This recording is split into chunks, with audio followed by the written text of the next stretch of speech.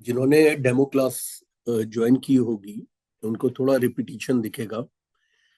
लेकिन कोर्स में सबसे पहले किसी भी बात को समझने का जो तरीका है वो यही है कि हम सबसे पहले समझें कि मैरिज का जो हाउस है उसकी उसकी एक हेल्दी सिचुएशन क्या है।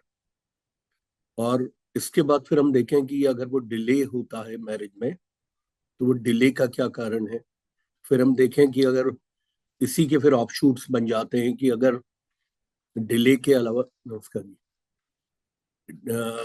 किसी की मैरिज अगर अर्ली हो रही है तो अर्ली होने का क्या रीजन है। तो जैसे इसी में हम इसके बाद फिर हम देखेंगे इसमें कि जो सेवन्थ हाउस की जो स्ट्रेंथ है वो एक अच्छी मैरिज की तरफ को हमें इंडिकेट करती है। फिर और दूसरे एस्पेक्ट्स आते हैं कि कुछ अर्ली मैरिजेस हो जाती हैं और कुछ मैरिजेस जो हैं वो डिलेड होती हैं और कुछ इनऑर्डिनेटली डिलेड हो जाती हैं। मैरिजेस काफी डिलेड हो जाती हैं तो उन सब के हम किन परिस्थितियों में ऐसा होगा उन बातों को हम देखेंगे।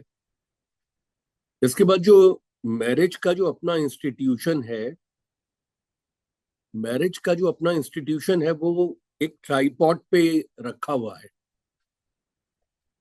उसकी जो पहली लेग है ट्राइपॉड की वो बनती है स्पिरिचुअल कनेक्टिविटी से। जो हमारा पूर्व जन्म का एक लेन देन होता है उसी की वजह से जीवन में हमारे लंबे समय तक चलने वाले रिलेशंस आते हैं। लेकिन ये व्यक्ति आवश्यक नहीं कि ये व्यक्ति वह हो, वही हो। इससे मिलता जुलता मतलब एक लेन देन का विषय है, उससे संबंधित किसी का, तो वो एक स्पिरिचुअल कनेक्ट जिसे बोलते हैं वो ट्राइपॉड की एक तिपाही की पहली लेग उससे बनती है। दूसरी जो लेग बनती है वो एक दूसरे के एक ही के प्रति जो समझ होती है या एक दूसरे के प्रति जो इज्जत होती है या अंडरस्टैंडिंग होती है या माइंड की कंपैटिबिलिटी होती है, उससे दूसरी लेग तैयार होती है ट्राइपॉड की, तिपाही की। और जो थर्ड लेग है वो physical attraction and physical relation से है। इसी वजह से इस तिपाही से को अगर आप देखें, मैरिड रिलेशंस को तिपाही चूंकि बनाती है and it is not square table. Square table ज्यादा स्टेबल होती है। इसी वजह से मैरिज में कई बार जो डिफरेंसेस आते हैं वो बहुत फ्रिवलस सब्जेक्ट्स पे आ जाते हैं, बहुत छोटे सब्जेक्ट्स पे आ जाते हैं।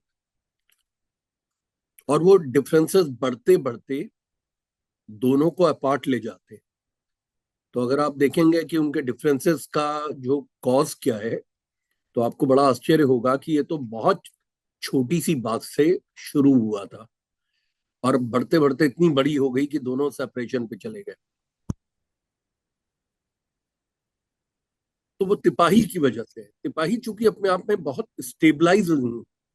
अब इसका मतलब है कि तिपाही की जो लेग्स हैं वो आपको देखनी होती है। जो फर्स्ट लेग है ट्राइपॉड की, वो चूंकि हमारे स्पिरिचुअल कनेक्ट से आती है तो फिर उसके ट्राइनल हाउसेस से आएंगी या फिर केंद्र के भाव से आएंगी, सेवंथ हाउस के। तो सेवंथ हाउस बड़ा इंपॉर्टेंट हाउस इसमें बन जाता है। और जो दूसरी जो उसकी लेग आती है जिसे हम कहते हैं कि आपस में अगर उनके राशि के नाथ अगर मित्र होंगे तो वो ग्रह मैत्री की अच्छी सिचुएशन को दिखाएगा। और कोई बेनिफिक प्लैनेट्स अगर उसके बैठे होंगे और बेनिफिक प्लैनेट्स अगर एस्पेक्ट दे रहे होंगे तो वो लड़का और लड़की दोनों एक दूसरे की बातों को बहुत समझदारी से सुनेंगे और उसमें रिएक्ट भी करेंगे तो बड़ा पॉजिटिव वे में रिएक्ट करेंगे। तो वो तिपाही की जो दूसरी लेग है वो भी मजबूत है, तो वो स्टेबल हो गई। अब थर्ड जो लेग इसकी बनती है वो फिजिकल रिलेशन से बनती है। यानी कि आपस के जो अट्रैक्शन से पोलैरिटी का जो अट्रैक्शन है दो जेंडर्स का, और जो आत्मनो जायते पुत्र, जो संतान की प्राप्ति में भी हेल्पफुल होता है, तो वो उस रिलेशनशिप की थर्ड लेग है। अगर इनमें से कोई भी लेग हमारी कमजोर हो जाती है तो ये जो ट्राइपॉड है ये अनस्टेबल हो जाता है।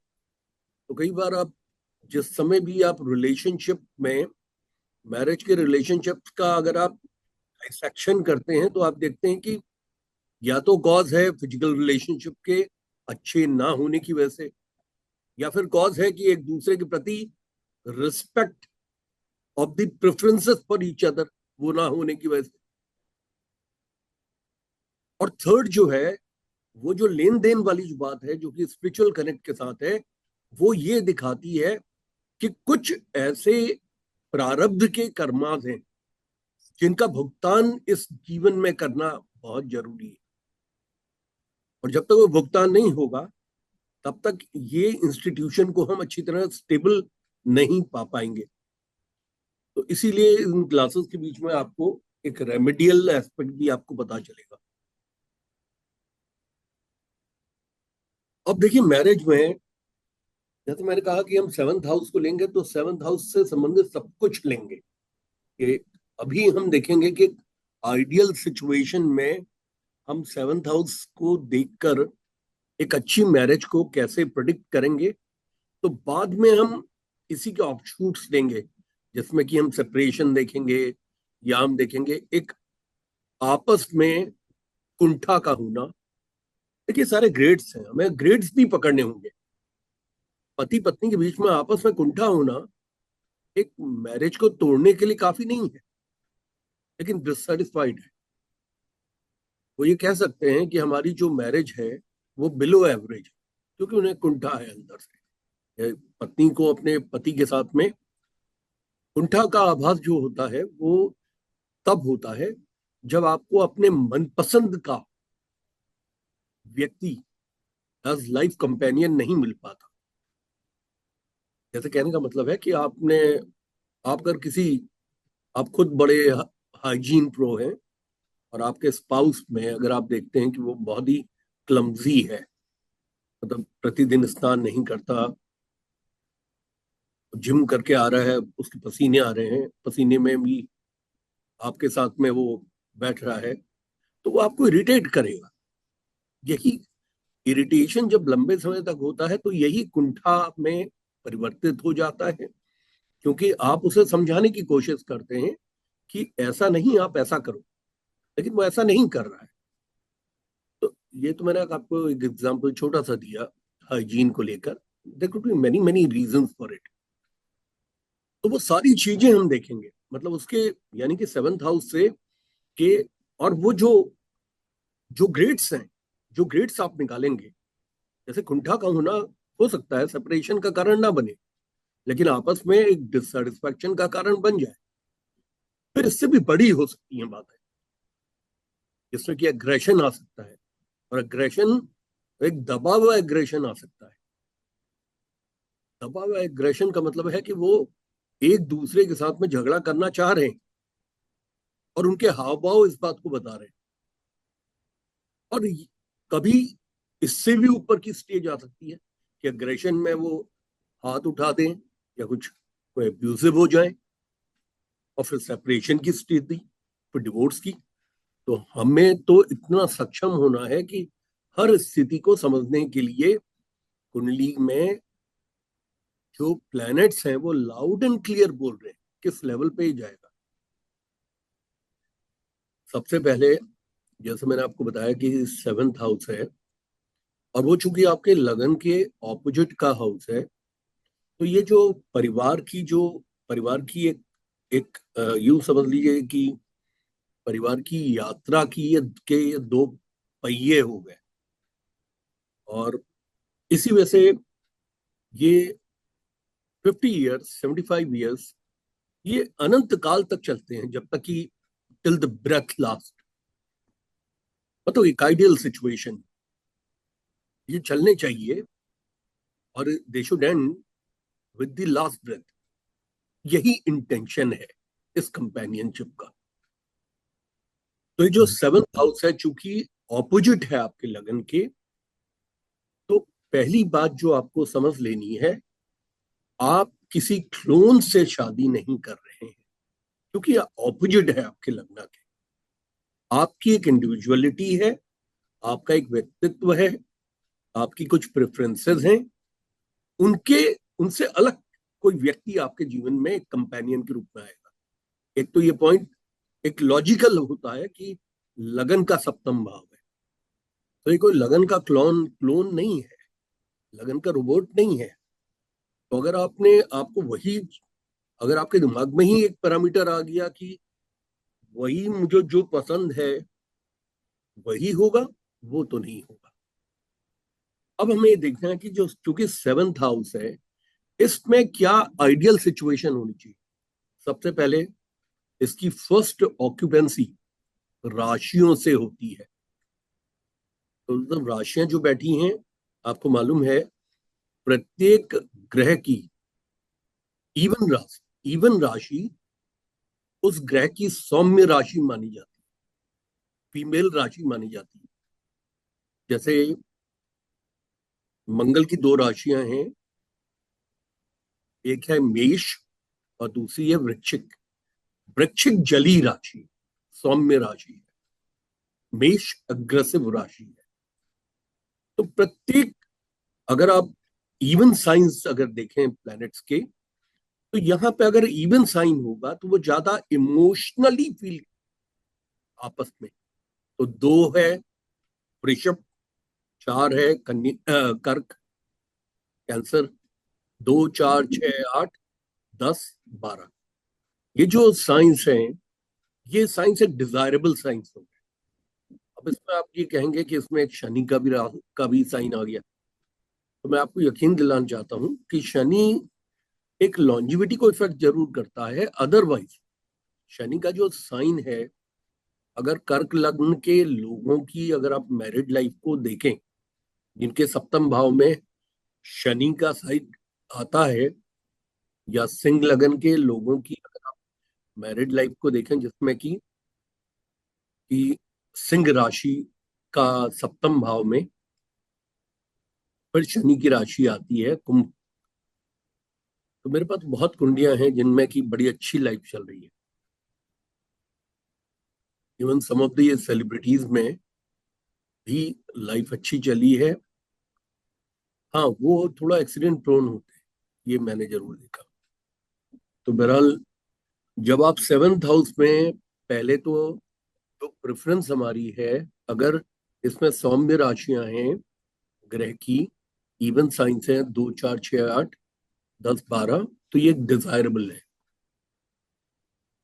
दूसरा, अगर इसमें पुरुष राशियां भी हैं तो उसका जो लॉर्ड है, अगर वो बेनिफिक प्लैनेट है, अगर वो शुभ ग्रह है, तो भी विवाह अच्छा चलेगा। अब दूसरा ये है कि जो सेवेंथ लॉर्ड है, उस पे जो एस्पेक्ट होना चाहिए, वो एस्पेक्ट शुभ ग्रहों का हो। इवन सेवेंथ हाउस पे जो एस्पेक्ट है सेवेंथ लॉर्ड का अगर है, या सेवेंथ लॉर्ड वहां पे बैठा है, तो वो भी एक अच्छी स्थिति वैवाहिक जीवन के लिए होती है। और तीसरी बात है कि जितने भी प्लैनेट्स हैं, वो जब एग्जॉल्टेशन में होते हैं, उच्च के होते हैं, तो वो सौम्य हो जाते हैं। चाहे वो मकर का मंगल हो, या एरीज में उच्च का सूर्य हो, या शनि तुला राशि के हो।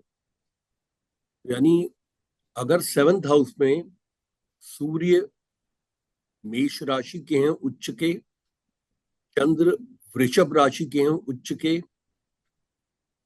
मंगल मकर राशि के हैं उच्च के, बुध कन्या राशि के हैं उच्च के, गुरु कर्क राशि के हैं उच्च के, शुक्र मीन राशि के हैं उच्च के, शनि तुला राशि के हैं उच्च के, राहु वृषभ राशि के हैं उच्च के, और केतु वृश्चिक राशि के हैं।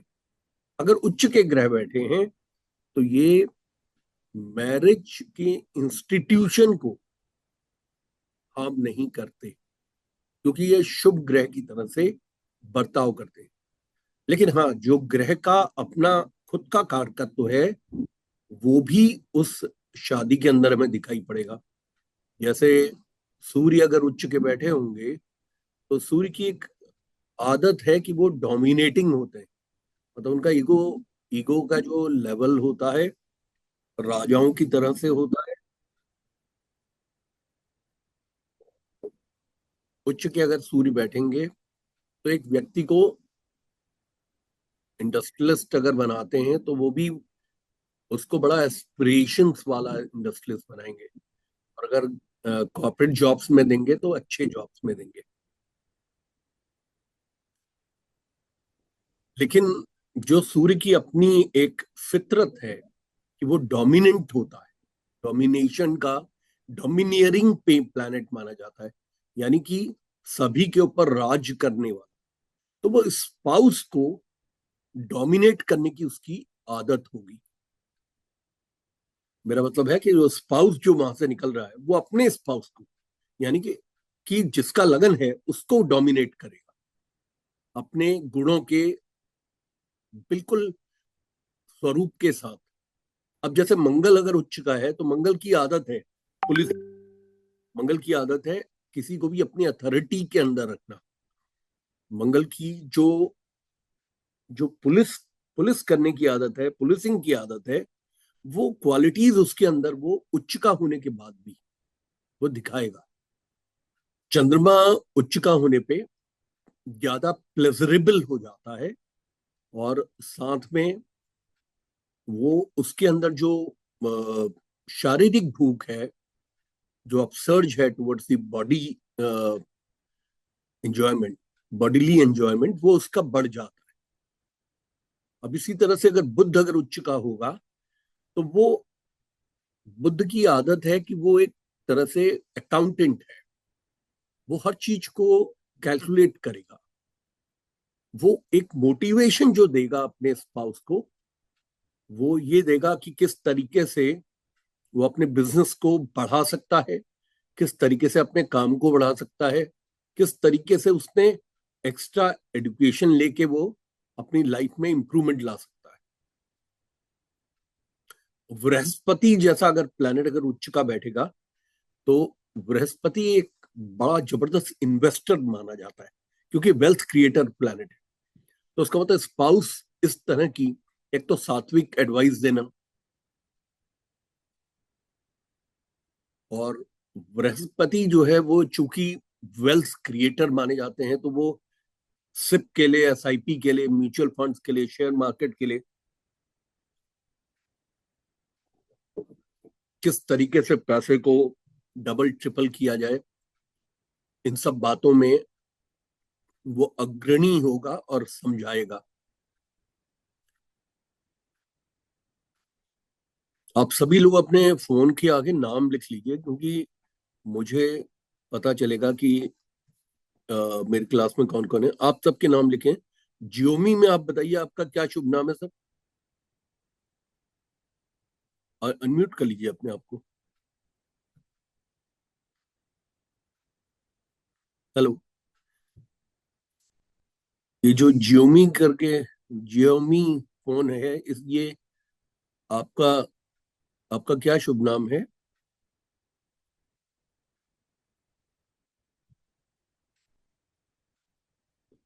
अब जैसे शनि जैसा ग्रह अगर वहां पे उच्च का होके बैठेगा सप्तम में, तो सैटर्न की एक आदत है डिसिप्लिन की, यानी वो हर चीज को एक डिसिप्लिन्ड वे में चाहेगा।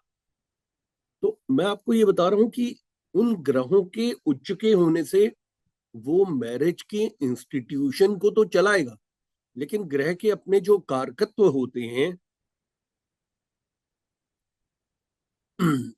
ग्रह के अपने जो कारकत्व होते हैं उन कारकत्वों को भी वो प्रदर्शित करता है।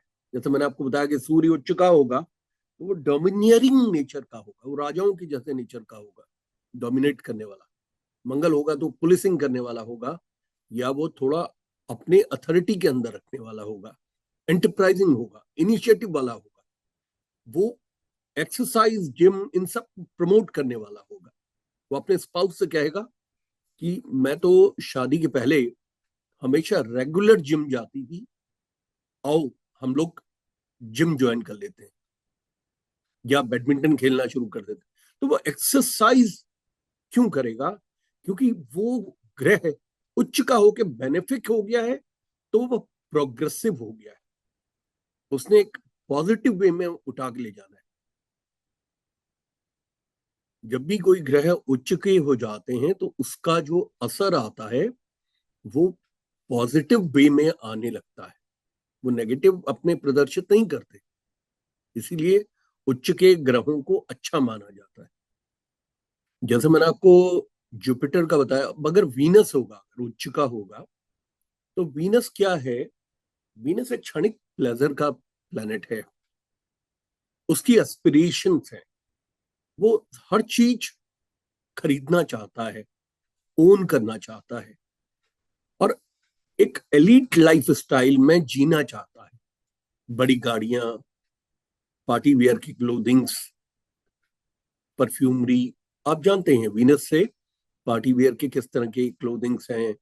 अगर ज्वेलरी है, रियल नहीं ले सकते तो आर्टिफिशियल है, बट वो सारा कुछ मैचिंग होना चाहिए।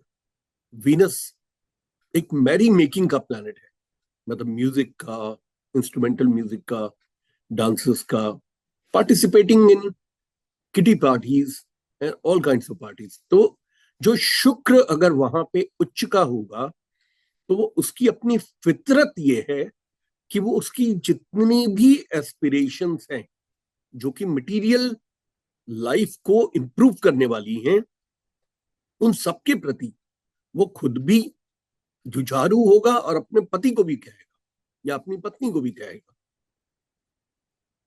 शनि का मैं आपको बता ही चुका हूं कि शनि जो है डिसिप्लिन का प्लैनेट होता है और वर्कोहलिज्म का प्लैनेट होता है।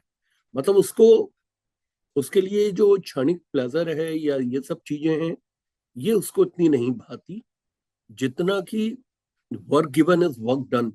उसको ये लगेगा कि जो हम पति पत्नी ड्यूटी बाउंड है अपने बच्चे के प्रति।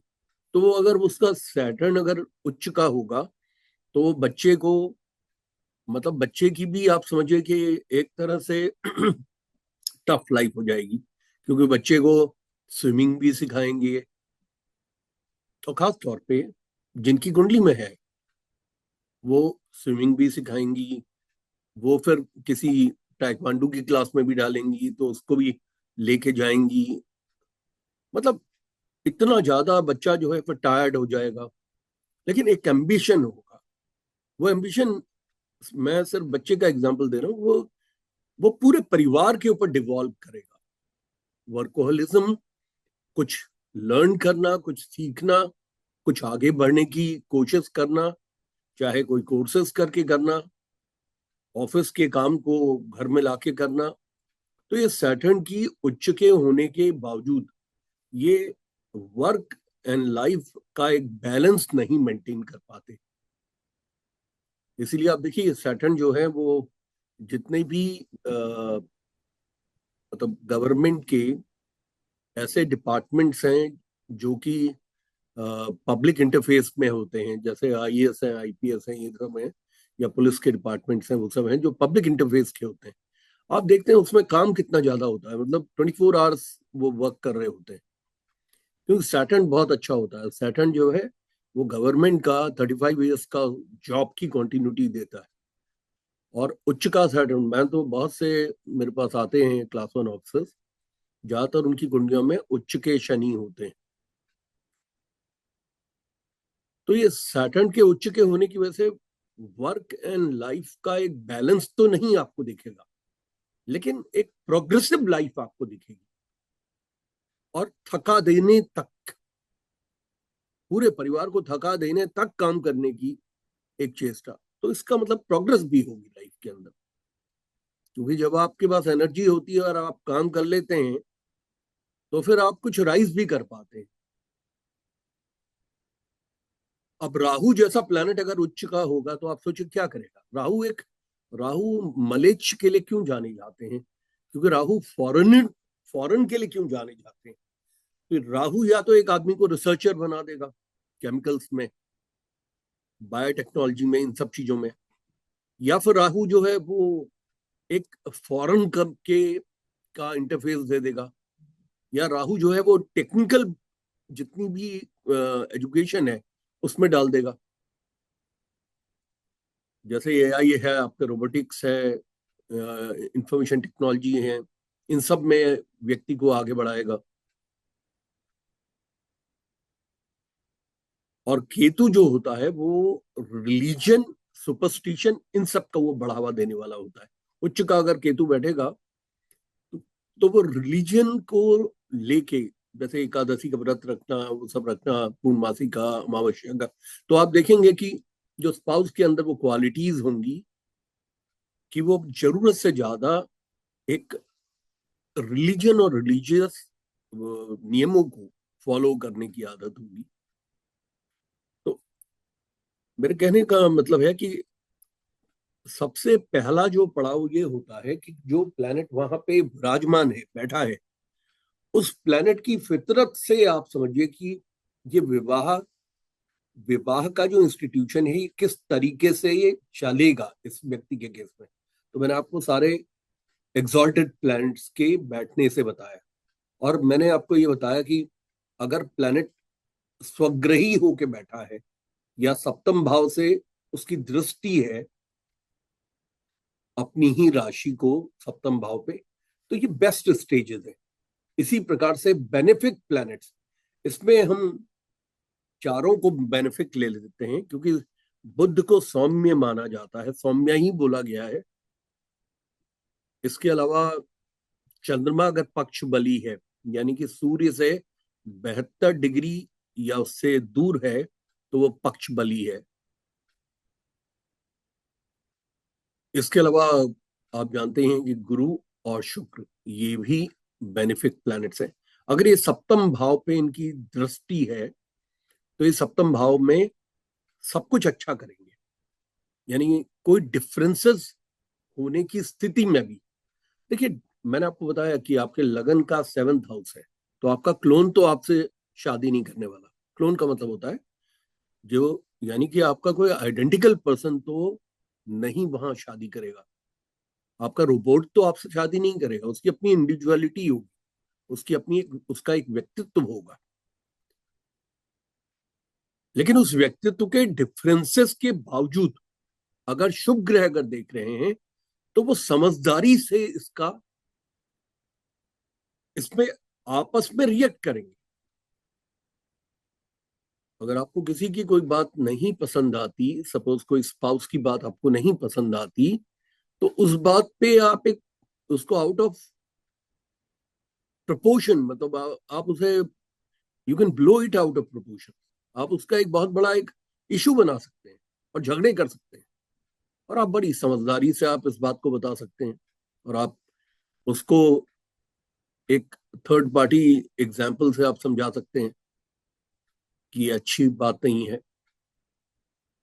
तो बहरहाल कहने का मतलब है कि हमें तो ये देखना है कि ग्रह एज ए कॉस्मिक पावर किस तरीके से हेल्प करते हैं 7th हाउस, जिससे कि लाइफ पार्टनर आपको मिलने वाला है, उस लाइफ पार्टनर को अच्छे से अच्छे एक मैरिटल ब्लिस की लेवल्स पे उस वैवाहिक जीवन को लेके जाए।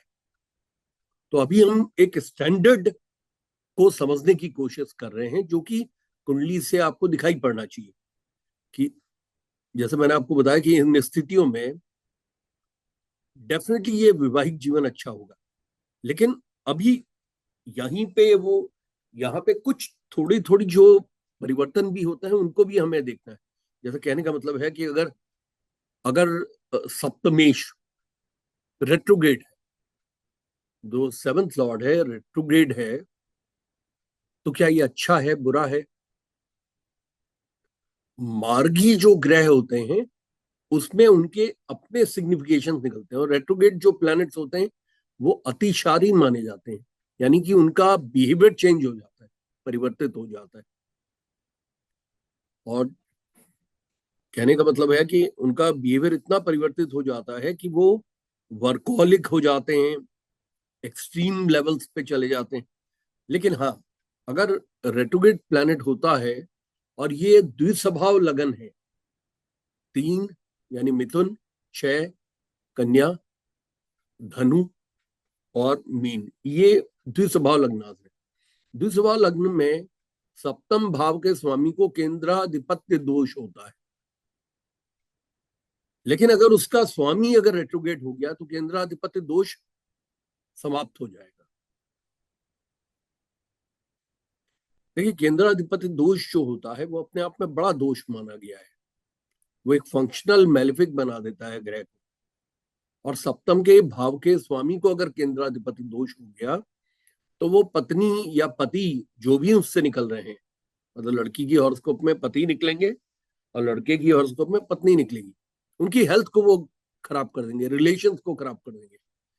लेकिन अगर वही ये 2 स्थितियों में केंद्राधिपति दोष इसका कैंसिल होता है, या तो ग्रह सप्तम भाव का स्वामी रेट्रोगेट हो जाए तो उनका केंद्राधिपति दोष समाप्त हो जाएगा, या दूसरा ये नियम ये है कि वो केंद्र भाव है सप्तम भाव, उसका संबंध किसी भी त्रिकोण भाव से हो जाए, या वो ग्रह त्रिकोण पे बैठ जाए।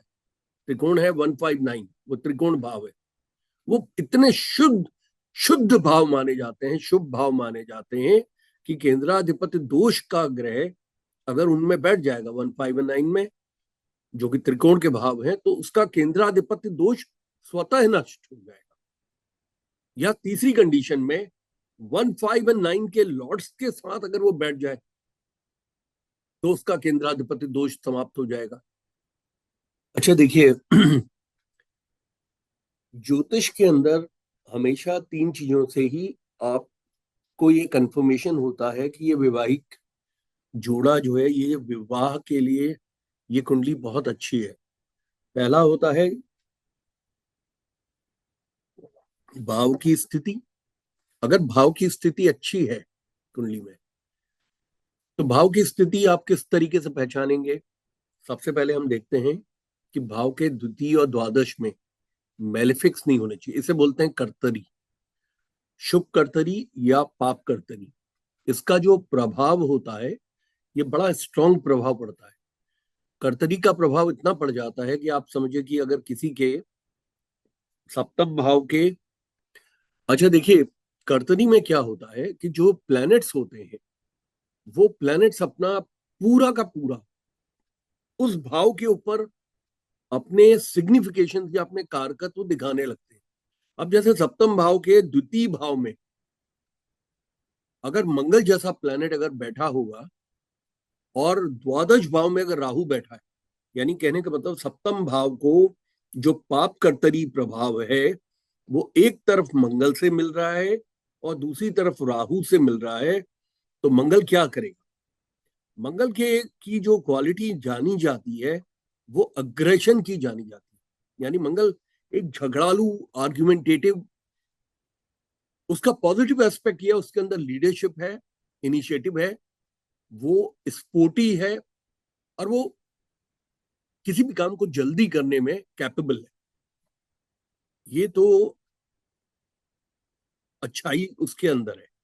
लेकिन उसके अंदर कमी क्या है? उसके अंदर जो सबसे बड़ी कमी है मंगल के अंदर वो ये है कि वो क्विकर देन हेस्ट है। क्विकर देन हेस्ट का मतलब है अगर उसे कोई काम करना है तो उसके अंदर बेचैनी है, वो अभी करना चाहेगा, एज ऑफ नाउ, रुकेगा नहीं। अगर उसने आपसे कहा कि ये काम करके मुझे बता देना, तो आपको 3 फोन कर देगा इस बीच में कि वो आपने बताया नहीं मुझे। तो वो क्विकर देन हीस्ट, जल्दबाजी से भी जल्दी होने की वजह से वो सारी क्वालिटीज उसमें स्पाउस के अंदर आ जाएंगी। दूसरा, वो आर्ग्यूमेंटेटिव है, तो उसका एक जीतना, उसका बैक ऑफ द माइंड उसके चलता है, वो हर चीज में जीतना चाहता है। तो यानी कहने का मतलब है कि उसका जो क्विकर देन हेस्ट है, और दूसरा मंगल जो है वो आर्ग्यूमेंटेटिव है और लॉजिकल है, रैशनलिस्ट है, लेकिन वो जीतना चाहता है आर्ग्यूमेंट में, तो वो एंडलेस आर्ग्यूमेंट करने को तैयार है। तो ये सारी क्वालिटीज हो गई। दूसरा, वो रैश नेचर का है, अग्रेसिव है, कंट्रोल फ्रीक है, पुलिसिंग करना चाहता है। तो ये सारी क्वालिटीज वो स्पाउस के अंदर डाल देगा। क्योंकि ये पाप कर्तरी इफेक्ट जो आ रहा है एक तरफ से मंगल से आ रहा है, अब दूसरी तरफ से चूंकि राहु से आ रहा है, तो राहु एक मिस्टिक प्लैनेट है, मिस्टीरियस प्लैनेट है। तो वो इसके अंदर, इसी व्यक्ति के अंदर, अगर ये लेडी की हॉरोस्कोप है तो उसके हस्बैंड के अंदर ये राहु जो है क्या क्वालिटीज भरेगा। एक तो ये थोड़ा कंफ्यूजन रखेगा, कंफ्यूज रखेगा उसको, उसकी कोई क्लैरिटी ऑफ थिंकिंग नहीं देगा, क्योंकि राहु एक कंफ्यूजन की स्टेज में रहता है। दूसरा, इमेजिनेशन बड़ा हाई लेवल्स का देगा। और तीसरी बात यह है कि राहु किसी बात को तब तक नहीं छोड़ता जब तक कि उससे संबंधित उसको एक आंसर ना मिल जाए। तो पीछे पड़ जाने वाली आदत, एक स्टिकी आदत, एक चिपक जाने की आदत, वो भी उसके बिहेवियर में आएगी। और इसके बिहेवियर के अंदर एक नेगेटिव बात जो दिखाई पड़ेगी हमको, वो ये है कि राहु का जो मिस्टिक तरीका है कि वो थोड़ा मिस्टीरियस है, वो चीजों को छिपा के चल रहा है, वो सारी सारी क्वालिटीज इस लड़के में दिखाई पड़ेगी या इस लड़की में दिखाई पड़ेगी, जो उसके स्पाउस के ऊपर ये डिवॉल्व करेगा बिहेवियर। उसके स्पाउस का बिहेवियर इस तरीके से होगा। तो बहरहाल कहने का मतलब है कि अगर शुभ ग्रह होंगे तो शुभ ग्रह का बिहेवियर वो शुभस्त होगा, जैसे गुरु जैसा प्लैनेट होगा। अगर वो शुभ कर्तरी दे रहा है सप्तम भाव को, तो गुरु एक रिलीजियस प्लैनेट है, एक बिलीवर है, वो सात्विक है।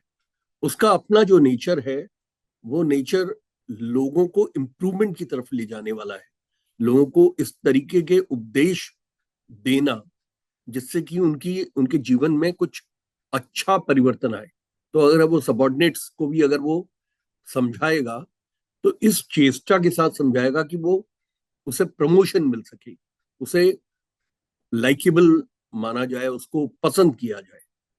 और अगर मिक्स सिचुएशन है तो आप समझिए कि सप्तम भाव पे दोनों ही, एक शुभ ग्रह का और एक अशुभ ग्रह का प्रभाव दोनों ही दिखाई पड़ेंगे। अशुभ ग्रह का उसके कारकत्वों से संबंधित, और शुभ ग्रह का उसके कारकत्वों से संबंधित। तो ये थोड़ा मिक्स बैग टाइप का ये व्यक्ति निकलेगा। तो कई बार क्या होता है कि आप कुछ बातों में, जैसे एक तरफ गुरु है दूसरी तरफ मंगल है, तो कुछ बातों में पता चला कि स्पाउस जो है वो बहुत बहुत सात्विक है, वेजिटेरियन है, बड़ा वेल्थ क्रिएटर है, बिहेवियर उसका अच्छा है, वो सबको उपदेश दे रहा है या लोगों को समझा रहा है, लोगों को अच्छे रास्ते पर डाल रहा है। लेकिन मंगल की वजह से with in the four walls उसका गुस्सा भी बहुत तेज है। मंगल की वजह से वो क्विकर देन हीज भी है। तो वो दोनों ही प्लैनेट्स जो हैं अपने अपने बिहेवियर को प्रदर्शित करते हैं। इसलिए जो ये जो शुभ कर्तरी पाप कर्तरी है, देखिए आज तक क्या है कि मैंने देखा कि मोस्टली हमारे जितने भी एस्ट्रोलॉजर्स होते हैं या एस्ट्रोलॉजी के स्टूडेंट्स होते हैं, वो planets, aspect aspect on a bhava, aspect of a planet on a bhava, इन बातों को से ही वो निकालने लगते हैं सब कुछ। या उस भाव के स्वामी का त्रिकोणों से संबंध है या केंद्र से संबंध है, किस तरीके से बैठे हैं, कोई शुभ ग्रह देख रहे हैं कि नहीं देख रहे हैं, अशुभ ग्रह राजयोग बन रहा है कि नहीं बन रहा, उससे सारे प्रोडिक्शन अपने बेस करते हैं। लेकिन ये शुभ कर्तरी पाप कर्तरी को निग्लेक्ट कर दिया जाता है, जो कि इसका आप अगर कुंडलियों के अंदर में अगर आप देखेंगे तो इसका प्रभाव बहुत स्ट्रॉन्ग लेवल्स पे पड़ता है। आप अपनी कुंडली में देख लीजिएगा, जिस भाव पे भी पाप कर्तरी या शुभ कर्तरी, जैसे एक सज्जन थे, उनके जितना भी पैसा उन्होंने प्रॉपर्टीज में लगाया वो सब फंस गया, क्योंकि थर्ड हाउस में भी मैलिफिक था, फिफ्थ हाउस में भी मैलिफिक था। तो यानी कि फोर्थ हाउस जो था वो हेम्ड इन बाय द मैलिफिक्स था। और फोर्थ का जो लॉर्ड है फोर्थ को देख रहा है, तो फोर्थ का लॉर्ड उनका टेंथ में बैठ के फोर्थ को देख रहा था। तो इसका मतलब है कि वो उनको प्रेरित कर रहा था कि अपने एक अच्छे अर्निंग्स को इन्वेस्ट करें प्रॉपर्टीज के अंदर, क्योंकि वो लॉर्ड उसका वहां देख रहा है। लेकिन वो जो पाप कर्सरी का असर ये आया, जेपी में लगाया तो जेपी एनसीएलटी में चली गई। मतलब जो भी जिसमें लगाया वो उसी में डिफॉल्टर हो गए बिल्डर्स। और जहां भी प्रॉपर्टी मिली वहां वो बिकी नहीं। तो इस एस्पेक्ट को हमने इग्नोर नहीं करना है। हाँ मंदिर साहब बोलिए, अनम्यूट कर लीजिए अपने आप को। हाँ सर, एक तो ये पूछना था कि इसमें हम फंक्शनल मेलेफिक को भी कंसीडर करते हैं, और दूसरा ये कि मान लो 8th हाउस में कोई प्लानट एक 2 डिग्री पे है और एक दूसरा मिनट मान लो आप, 20 डिग्री पे, एक तो मिनट आप, एक मिनट बताइए। आपने एक क्वेश्चन पूछ लिया तो give me a chance to answer that, क्योंकि क्या है ना, उसमें दो पूछने से मैं भूल सकता हूँ। तो पहला क्वेश्चन है कि आपने कहा कि फंक्शनल नेचर ऑफ प्लैनेट्स को क्या हम देखेंगे। देखिए, फंक्शनल नेचर को का जो है प्लैनेट्स का असर होता है, नो डाउट अबाउट इट।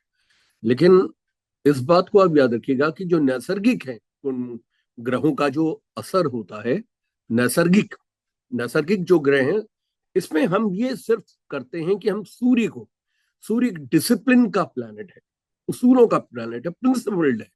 और सूर्य न केवल गुड हेल्थ का है, लॉन्जिविटी का है, सूर्य इस पूरी की आत्मा है। तो हम सूर्य को मैलिफिक नहीं लेते हेमिंग के केस में। अगर ये प्रश्न आपका हेमिंग को लेकर है, या सैंडविचिंग को लेकर है, या शुभ कर्तरी पाप कर्तरी को लेकर है, तो उसका मतलब है जब हम हेमिंग देखेंगे तो हम नेचुरल जो नेचर है, नैसर्गिक प्रकृति है ग्रहों की, उनकी हेमिंग देखेंगे। उसे हम जो है पाप कर्तरी कहेंगे अगर वो मंगल है, शनि है, राहु है, केतु है, अगर उससे हेम्ड हो रहा है। अब जैसे आपने कहा कि functional nature of the planets को, जब आप देखिए, ज्योतिष के अंदर क्या है कि स्थूल ज्योतिष है, फिर एक माइक्रो लेवल्स की ज्योतिष है। अगर आप उसे माइक्रो लेवल्स पे अगर जाना चाहें, तो फिर जो फंक्शनल नेचर ऑफ प्लैनेट्स होते हैं वो भी इफेक्ट करते हैं। लेकिन इसमें एक बात याद रखिएगा, functional nature of the planets हैं, उनका इफेक्ट पता नहीं चलेगा। जैसे शुक्र के लग्नों में गुरु फंक्शनल मैलिफिक है, अत्यंत पापी है, और गुरु के लग्नों में शुक्र अत्यंत पापी है। अब सपोज गुरु के लग्नों में शुक्र हेमिंग कर रहा है, शुक्र एक तरफ बैठा हुआ है द्वितीय में या द्वादश में, और कोई दूसरा प्लैनेट बैठा हुआ है। तो मैं आपको यकीन दिलाता हूं कि शुक्र के सिर्फ जो उसका उसका जो इफेक्ट आएगा वो ये आएगा कि शुक्र चूंकि फ्लैम्बॉइंट है, मतलब बहुत खर्चा करने वाला है, बहुत ज्यादा वो पर्सनल ग्रूमिंग पे, कपड़ों पे, अटायर्स पे, इन सब पे खर्चा करता है। फंक्शनल मैलेफिक हो जाने की वजह से वो खर्चे बढ़ा देगा, लेकिन कोई बुरा उसका कोई असर नहीं ऐसा चाहेगा। ये है, नेचुरल नेचर उसका ज्यादा प्रदर्शित होगा, क्योंकि शुक्र का जो नेचुरल नेचर है वो क्षणिक प्लेजर को परस्यू करना है। और हर वो चीज जो कि पार्टी वेयर की है, जो जो ऑर्नामेंटल है, जो कि पार्टीज में स्टैंड आउट करती है, और खर्चे, इन सबको बढ़ाएगा। अब सपोजिंग इसमें वो फंक्शनल बेनिफिट है, तो वो खर्चों को बढ़ाएगा लेकिन कुछ समझदारी दिखाएगा। और अगर वो फंक्शनल मैलिफिक है तो वो खर्चों को बढ़ाएगा लेकिन समझदारी कम दिखाएगा। तो वो माइक्रो लेवल पे आप जाके इस बात देख सकते हैं, लेकिन एज सच ये विवाह को नहीं डिस्टर्ब करने वाली बात, ये कोई विवाह को तोड़ने वाली बात को नहीं देगा। तो इसलिए फंक्शनल नेचर को ना लेके जो पाप कर्तरी और शुभ कर्तरी में हम हमेशा शुभ ग्रह और पाप ग्रहों को लेते हैं। हाँ जगदीश मेहता साहब आप बताइए। प्रणाम सर। जो तुला लग्न और वृषभ लग्न में सैटर्न शनि है जो योग कारक है, तो हम्म। ये जो केस में हम क्या शनि को क्या गिनेंगे, जो नेचुरल बेनिफिट ही गिनेंगे, या उसका जो आपका पाप जो कर। प्रश्न है ना वो मनदीप जी जैसे प्रश्न से मिलता जुलता है। देखिए, मैंने आपको बताया कि उसका उसका 20-25% उसका असर होगा। अब जैसे शुक्र के लग्नों में चूंकि शनि योगाकारी है, राजयोगाकारी है, तो अगर वो किसी भाव को, सप्तम भाव को अगर हैमिंग कर रहा है, लेकिन शनि की जो प्रकृति है वो वर्कोहोलिज्म की है, जरूरत से ज्यादा वर्क करने की है। तो शनि अगर वहां बैठेगा, राजयोगाकारी और योगाकारी होने का ये असर जरूर देगा कि उस व्यक्ति को प्रोग्रेस का लेवल बहुत हाई दे देगा जिंदगी में, क्योंकि वो राजयोगकारी है वृषभ लगन के लिए और योगाकारी है तुला लगन के लिए, अगर वो हेमिंग कर रहा है। लेकिन इन आइदर केस, जैसे कि वो 12 के 12 लग्नों पे काम करेगा शनि, शनि की प्रकृति ये होगी, वो सांस लेकर बैठने की इजाजत नहीं देगा, मतलब वर्कोहलिज्म का जो है इंतहा कर देगा। मैं ऐसे बहुत से बच्चों को जानता हूं जो कनाडा में पढ़ने के लिए गए हैं, और believe you me, they work so much, मतलब वो चाहे चाहे वो काम कर रहे हैं वहां पे मैकडोनल्ड्स में काम कर रहे हैं, वहां पे फूड कोर्ट्स में काम कर रहे हैं, लेकिन वो 16, कम से कम वो 15-16 घंटे काम कर रहे हैं। और इस तरीके से सैटर्न के द्वारा लगन का हेमिंग इन होना वो साफ दिखाई पड़ता है।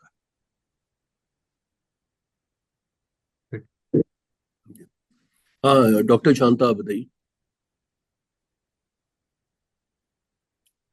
अनम्यूट कर लीजिए अपने। नमस्ते सर। नमस्ते सर। सर, अभी केतु अगर ऐसा हेमिंग कर रहा है तो उसके क्या कारकत्व वहां पर 7th हाउस पे दिखेंगे सर?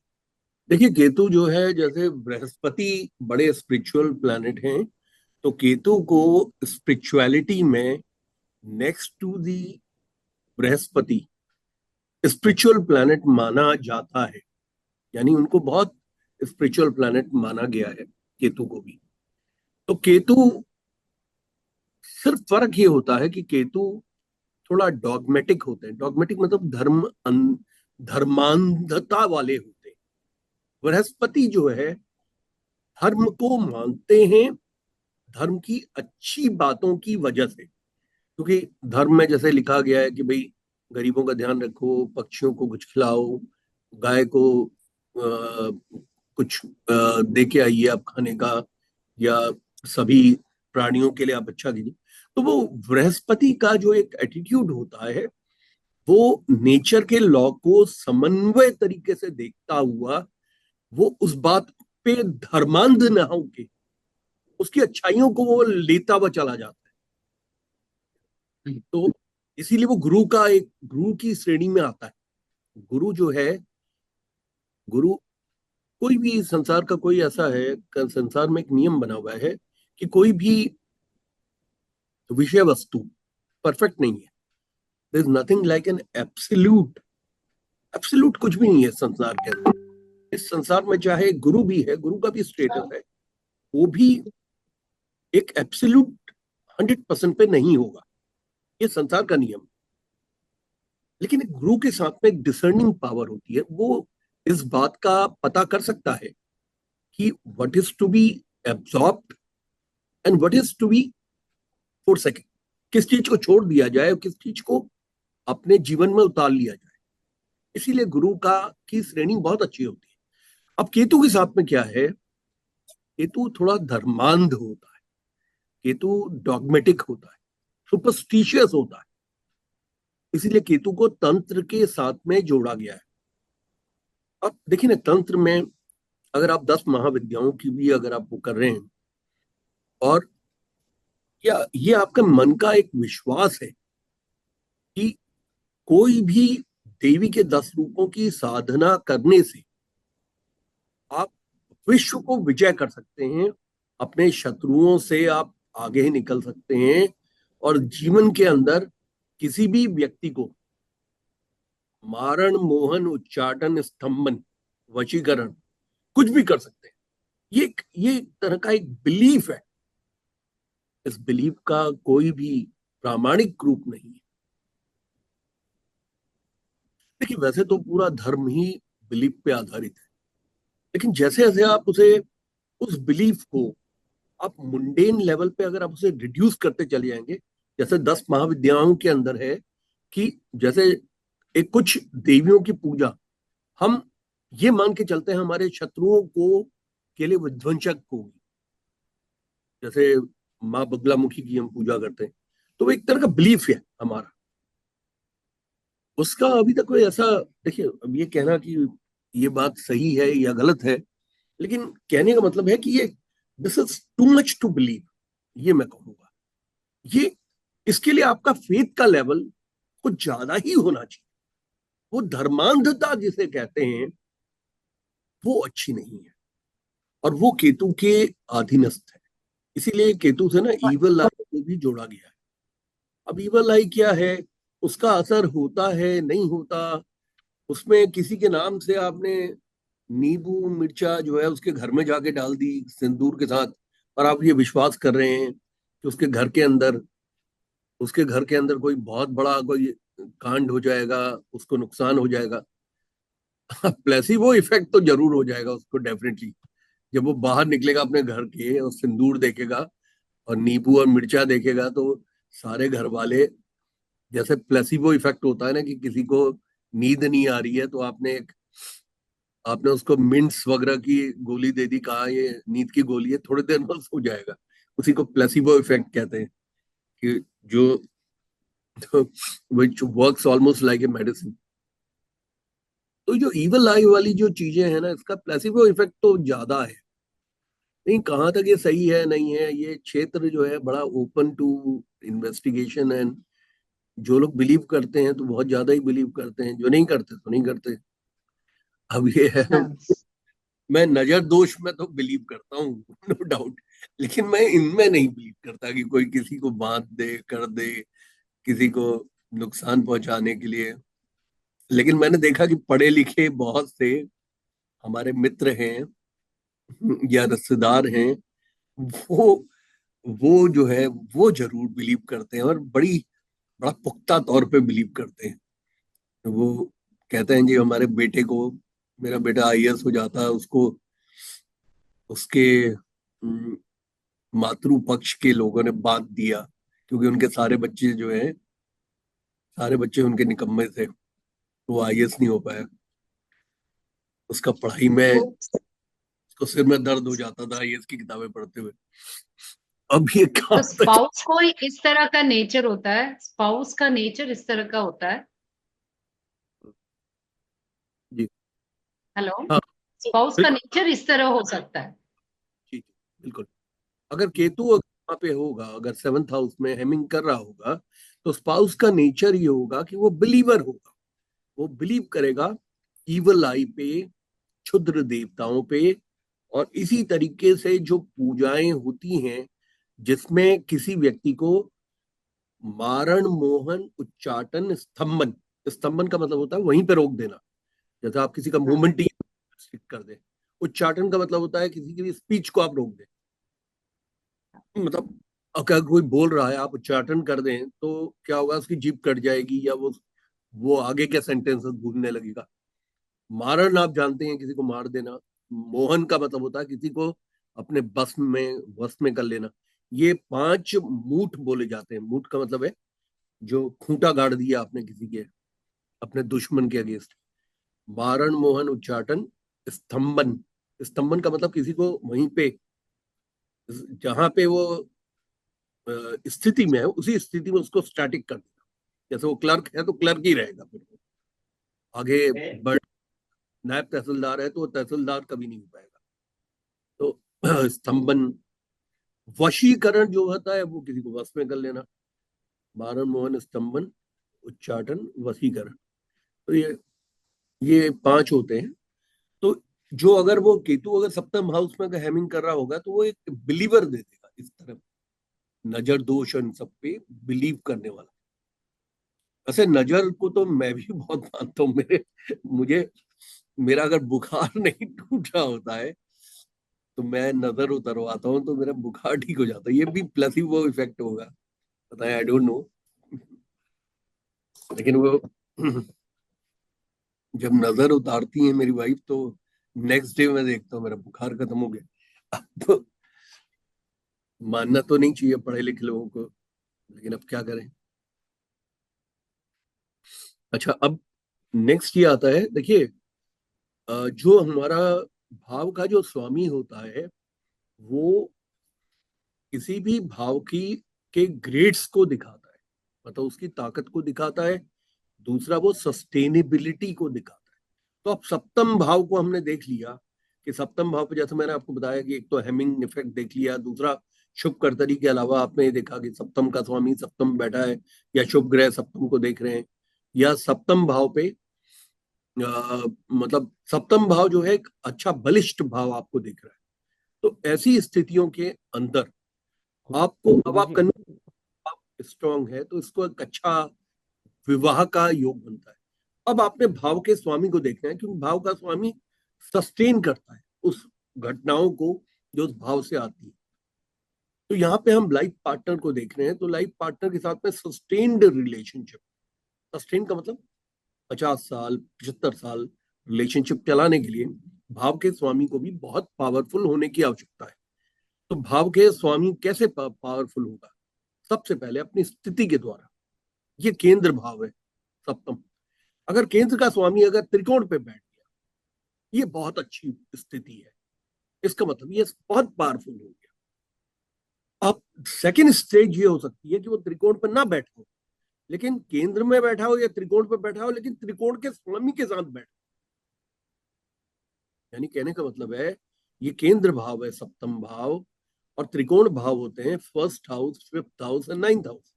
इनके स्वामियों के साथ में ये प्लैनेट बैठा हो और किसी शुभ भाव में बैठ गया, चाहे लाभ में बैठ जाए, केंद्र में बैठ जाए, त्रिकोण में बैठ जाए, किसी भी, या सेकेंड हाउस में बैठ जाए, तो अगर शुभ भाव में बैठेगा तो वो इसका मतलब है कि इसको बहुत बल मिल जाएगा।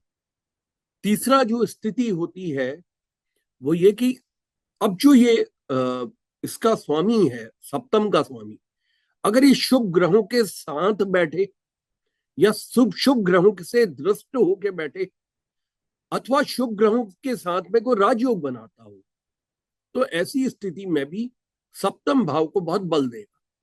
और सप्तम भाव को बल देने का मतलब है पति और पत्नी की इक्वेशंस को ये बहुत अच्छा कर देगा। देखिए सारी की सारी वेटिंग होगी जाके नवमांशा के अंदर, हम कोई भी फाइनल जजमेंट जो देते, लेकिन अभी चूंकि पहली क्लास है तो हम ग्रेजुअली बढ़ेंगे, D1 से D9 पे बढ़ेंगे, लेकिन हम ग्रेजुअली बढ़ेंगे। अभी हम ये समझ लें कि D1, चूंकि D1 की एनर्जीज को समझना बहुत आवश्यक है, क्योंकि वो mother of all divisional chart है। सबसे पहले हमें ये समझने की आवश्यकता है कि D1 चार्ट के अंदर जो सीड है वो कैसा है, बीज कैसा है, यानी उसमें स्थिति कैसी बन रही है। Because nothing gets overwritten in life, कोई भी चीज ओवरराइट नहीं होती है। अगर नवमांश में जाके कोई प्लान बहुत अच्छा हो जाए और D1 में खराब है, तो D1 का खराब होने का भी खामियाजा उस व्यक्ति की लाइफ में आएगा। अभी श्रीवास्तव साहब ने एक हाथ उठाया हुआ था, आप बताइए श्रीवास्तव साहब, कुछ पूछ रहे थे आप। Guruji, suppose in the fifth house, there's a malefic planet is placed with the in the seventh house, in the same seventh house, but it is Shubhakartari planets are there in second and 12th house from seventh house. How it will be affected? Suppose the seventh house is Rahu is there, but it is Venus and Mercury is there in second and 12th. In that case, how will be the effect? देखिए आपको जिन बातों को समझना है वो ये है, अगर प्लैनेट सप्तम का प्लैनेट अगर पंचम भाव में बैठा है तो ये बहुत अच्छा हो गया, क्योंकि उसकी जो अपनी स्थिति है वो एक केंद्र का मालिक है, वो त्रिकोण में बैठा है, तो इसका मतलब एक स्ट्रेंथ हो गई इसकी, वो एक अच्छी आप यही बता रहे हैं ना कि वो सेवंथ का लॉर्ड होके फिफ्थ में बैठा है। श्रीवास्तव साहब आपको अनम्यूट करके बताइए, आप यही कह रहे हैं ना seventh no Guruji, seventh house Rahu is there, second and 12th Venus and Mercury is there. In that case, Shubhakartari yoga is there, but it is seventh house is occupied by malefic planet. How the effect will be? So this is not a very good effect. Seventh house is occupied by malefic planet. But it is in Shubhakartari. Shubhakartari. How the effect will be? हाँ, तो शुभकर्तरी होने की वजह से it will not allow to break the married life, but it will also not override the bad effects on the health of the spouse. ये एक grade कम हो गया, तो एक ग्रेड कम होने का मतलब है कि अगर मेलेफिक प्लैनेट वहां पे बैठेगा, तो चूंकि टेनेंसी में एक मेलेफिक प्लैनेट आया है, तो आप सोचिए मेलेफिक प्लैनेट क्या देता है, हेल्थ की सिचुएशन देता है। तो वो हेल्थ में उस प्लैनेट से संबंधित, जैसे अगर शनि जैसा प्लैनेट है तो वेरिकोज वेन दे देगा, नॉकनी दे देगा स्पाउस को, फ्लैट फुट दे देगा, लेग्स में लिगामेंट रप्चर्स एंड दूसरी चीजें दे देगा, लेग्स को लेके बहुत प्रॉब्लम दे देगा। अगर मंगल होगा तो वो माइग्रेन दे देगा, साइनस का पेन दे देगा, बॉडी का मस्कुलर पेन दे देगा। ये आप बताइए जिनका है उनको इस तरह की स्थिति है क्या हेल्थ की? Yeah, 7th house in my case, Rahu is there. My wife is having gastric issue and leg pain. Yeah, yeah. तो राहु क्या है कि वो And राहु के साथ में होता है, राहु मेटाबॉलिक सिंड्रोम का कारक है, तो इसलिए वो गैस्ट्रिक ट्रबल देता है। Gastric trouble is the root cause of every other kind of pain. ये Guruji, if suppose in 7th house benefic is there, but Papa Kartari yoga is there, then the effect will be that there will be support of एक there will मैं be an request issue करूंगा from कि the मैं both side 9 of बजे, marriage. Rasta साहब, I have a request to make. 9 o'clock our class will end, and before that I have to complete my first lecture, and then can do the question answers at 9 o'clock. Then there'll be, वो उसमें क्या है कि लोगों को एक freedom होगी, people who want to stay they will stay, and the people who want to quit they can quit at 9. Official time is that we will have to complete our lecture by 9 o'clock. Yeah. तो अब जो मेहता साहब, अभी हम 9 बजे से शुरू करते हैं क्वेश्चन आंसर्स, इसको पहले हम समाप्त कर लेते हैं। तो अब दूसरा, अब आपने देखा कि वो जो उसका लॉर्ड है, लॉर्ड भी एक अच्छी स्थिति में बैठा है, तो उसका मतलब है कि ये बहुत अच्छी स्थिति हो गई कि वो शुभ कर्तरी भी है, 7th हाउस, उसका लॉर्ड की पोजीशन भी अच्छी है। अब याद रखिएगा, अगर उसका लॉर्ड जो 7th का लॉर्ड है वो क्या इक्वेशंस बना रहा है, 7th हाउस का लॉर्ड, उन इक्वेशंस का भी असर उस स्पाउस के अंदर आएगा। जैसे अगर वो अपने से 9th बैठा है या अपने से 5th बैठा है, तो एक इक्वेशन बनती है 5/9। तो 5 का मतलब बिलेवेड हो गया, 9 का मतलब हो गया बीइंग वेरी फॉर्चुनेट। तो उसका मतलब है कि वो एक तो आपस में उनका जो है जो रिलेशनशिप होगा, वो आपस में एक लव का रिलेशनशिप की बॉन्डिंग्स होंगी, और 9th हाउस से वो एक दूसरे के प्रति अपने आप को लकी मानेंगे। वो ये मानेंगे कि we are very lucky to have got married, और ये हमारा लक और फॉर्चून विवाह के बाद बढ़ रहा है। अब अगर सपोज ये चतुर्दशम बैठा है, चतुर्दशम का मतलब है कि जो 7th का लॉर्ड है वो अपने से चौथे है या 10वें, चौथे होगा तो वो सुख देगा बहुत इस विवाहिक जोड़ी को, और 10th होगा तो वो सुख जो बढ़ेगा वो उसके उनके रोजगार के प्रोग्रेस के साथ बढ़ेगा। इसका मतलब है कि विवाह के बाद वो अगर किसी भी पोजीशंस पे हैं तो उसमें उनका एक्सपोनेंशियल ग्रोथ आनी शुरू हो जाएगी, उनकी ग्रोथ उसमें दिखाई पड़ने लगेगी। तो जब उनको ग्रोथ दिखेगी तो उनका सुख बढ़ जाएगा। तो ये चतुर्दशम होने पे है। इसके अलावा जो थर्ड इक्वेशन इसमें बनता है वो बनता है सम सप्तम का। सम सप्तम का मतलब है या तो उससे वो 7वें बैठे या वो उसी भाव पे बैठे, 7th हाउस का लॉर्ड 7th हाउस में बैठे, 7th हाउस का लॉर्ड 7th हाउस में बैठे, तो ये बहुत अच्छा हो गया। उसमें तो 7th हाउस बहुत मजबूत माना जाएगा। उससे सप्तम बैठेगा तो भी 7th एस्पेक्ट दे रहा है। लेकिन याद रखिएगा यहाँ पे अगर वो 7th का लॉर्ड अगर मेलेफिक प्लैनेट है तो ज्योतिष में कोई भी बात ओवरराइट नहीं होती है, और वो कुछ प्रदर्शित अपने नैसर्गिक गुणों को करता है। जैसे अगर 7th में मंगल की राशि है और मंगल ही वहां बैठा है या मंगल अगर देख रहा है ऐसी स्थिति में जैसे मैंने आपको बताया, मंगल जो है डोमिनियरिंग नेचर का है, पुलिसिंग नेचर का है और कंट्रोल फ्रीक है। तो वो कंट्रोल फ्रीक बनाएगा, वो डोमिनेट करेगा, वो पुलिसिंग करेगा।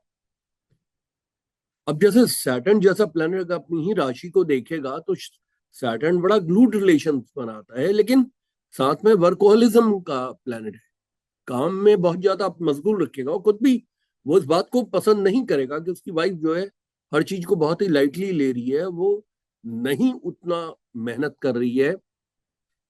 घर को अगर वो होम मेकर है तो उसने वो फिर भी एक्सपेक्ट करेगा कि उसको she has to work harder to keep the house, to keep everyone in happy state. वो इस बात की चेष्टा करेगा।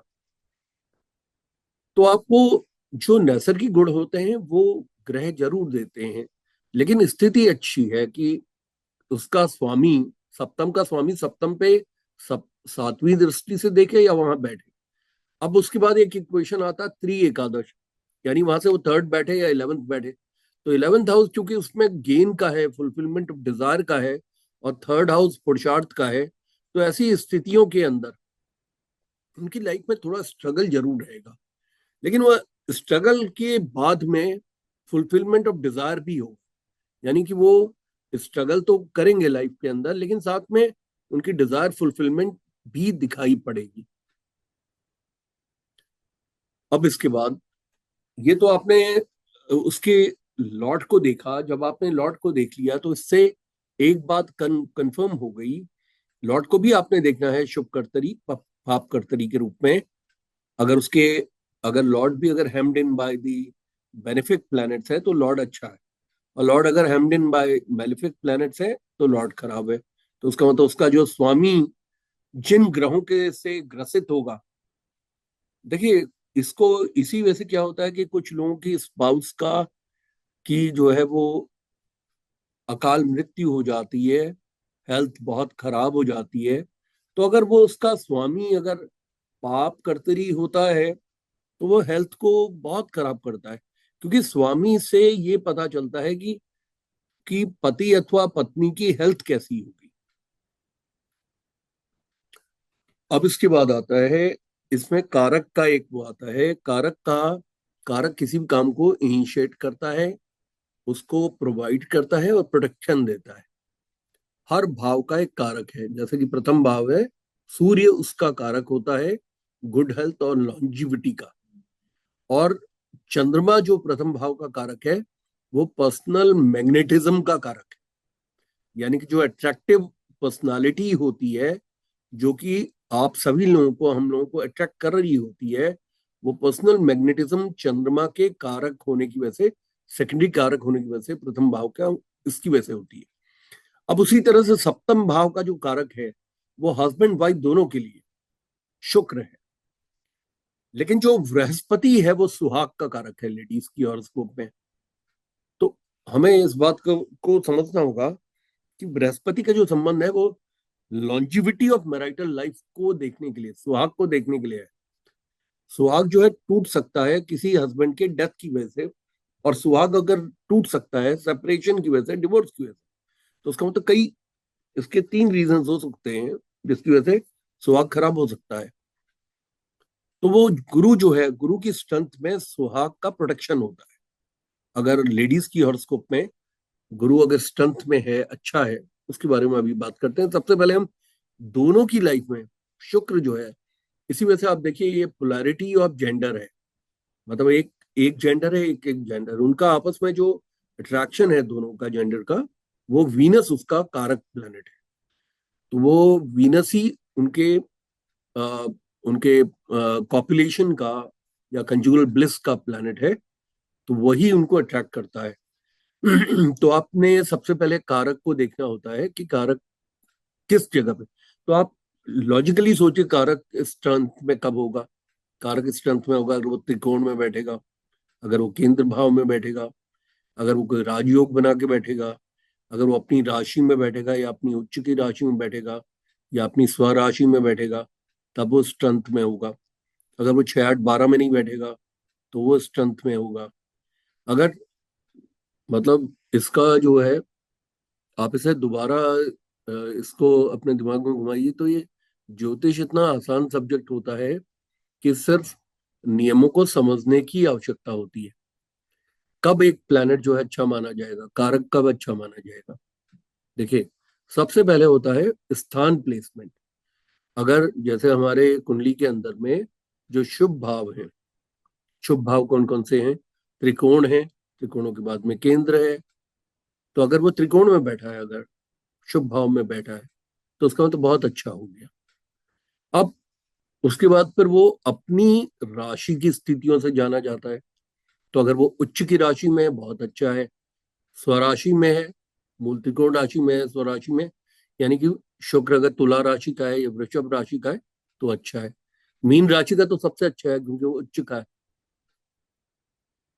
अब उसके बाद फिर आप देखते हैं कि वो कोई नीच भंग राजयोग या कोई राशि परिवर्तन राजयोग, कोई राजयोग ऐसा बना रहा है जो कि बहुत अच्छा राजयोग बन रहा हो, उससे भी उसकी स्ट्रेंथ पता चलती है।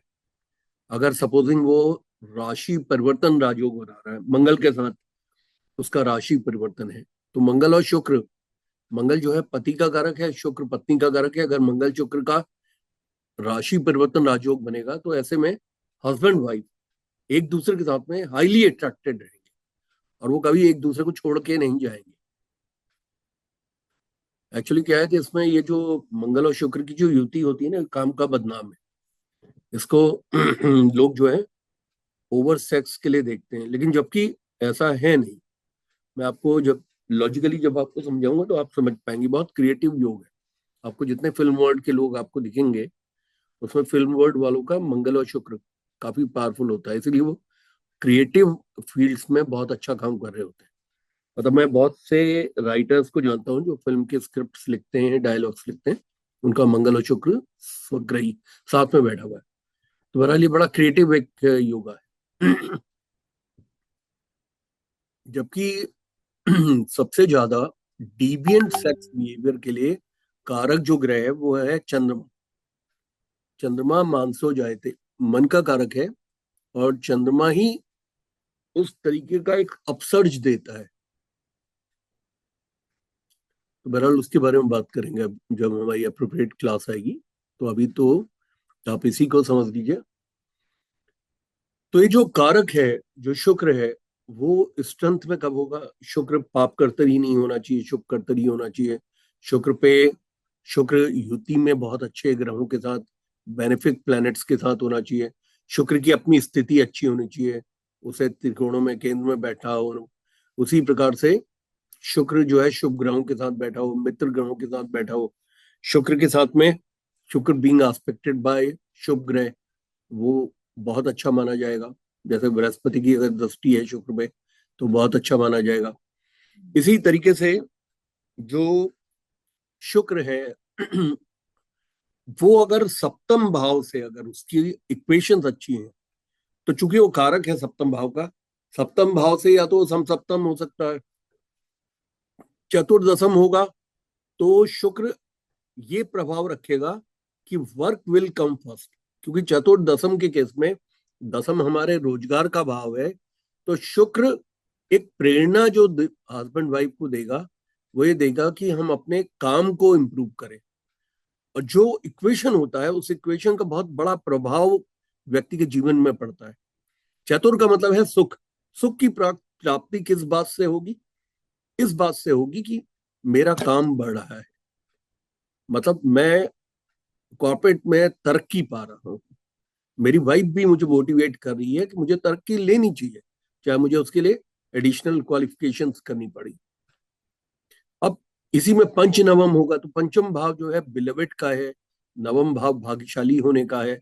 तो उसका मतलब है कि पति पत्नी एक दूसरे को बिलवेट की तरह से मानेंगे, वो अपने आप को सोलमेट की तरह से मानेंगे।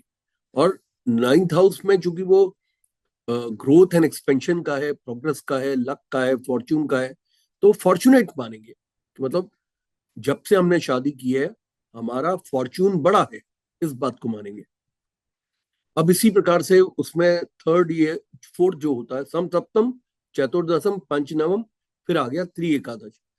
थर्ड हाउस जो है चूंकि पुरुषार्थ का है, मेहनत का है, और 11th हाउस फुलफिलमेंट और डिजायर का है, तो ऐसे विवाहिक स्थितियों में, क्योंकि कारक जो कि इनिशिएट कर रहा है, प्रोवाइड कर रहा है, प्रोटेक्ट कर रहा है, वो एकादश है, तो इनिशियल फ्यू ईयर्स उसमें वो स्ट्रगल देगा, हस्बैंड वाइफ को एडजस्टमेंट का स्ट्रगल देगा, लेकिन उसके बाद वो फुलफिलमेंट डिजायर देगा। मतलब they will start understanding each others weaknesses and strength both, और उनको अप्रिशिएट करने लगेंगे।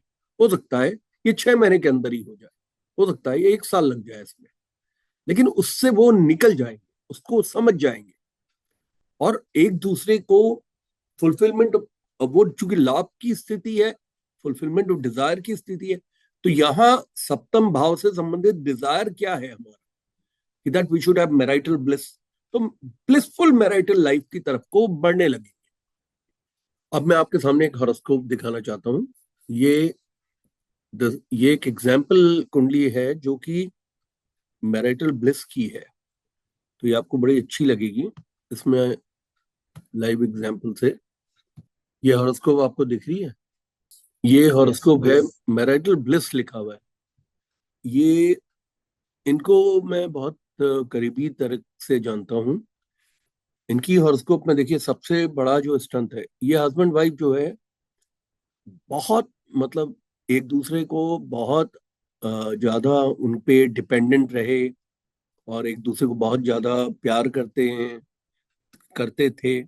अभी हस्बैंड की जो डेथ हुई है वो 85 ईयर्स में डेथ हुई है, और दोनों में 9 साल का डिफरेंस था, और जो लेडी हैं वो इस समय 80 ईयर्स क्रॉस कर चुकी हैं, but she is very robust in health. आज भी वो, मतलब माइंड उनका बिल्कुल फर्टाइल है, एक्शन में योगा मेडिटेशन इन सबको वो करते हैं। लेकिन इसके अंदर सबसे बड़ी जो मैरिटल ब्लिस को देखने के लिए आप देखेंगे, पंचमेश जो इसमें शुक्र है और नवमेश जो शनि है, ये शुक्र और शनि इनके आप देखें लगन पर बैठे हैं, लग्नेश के साथ।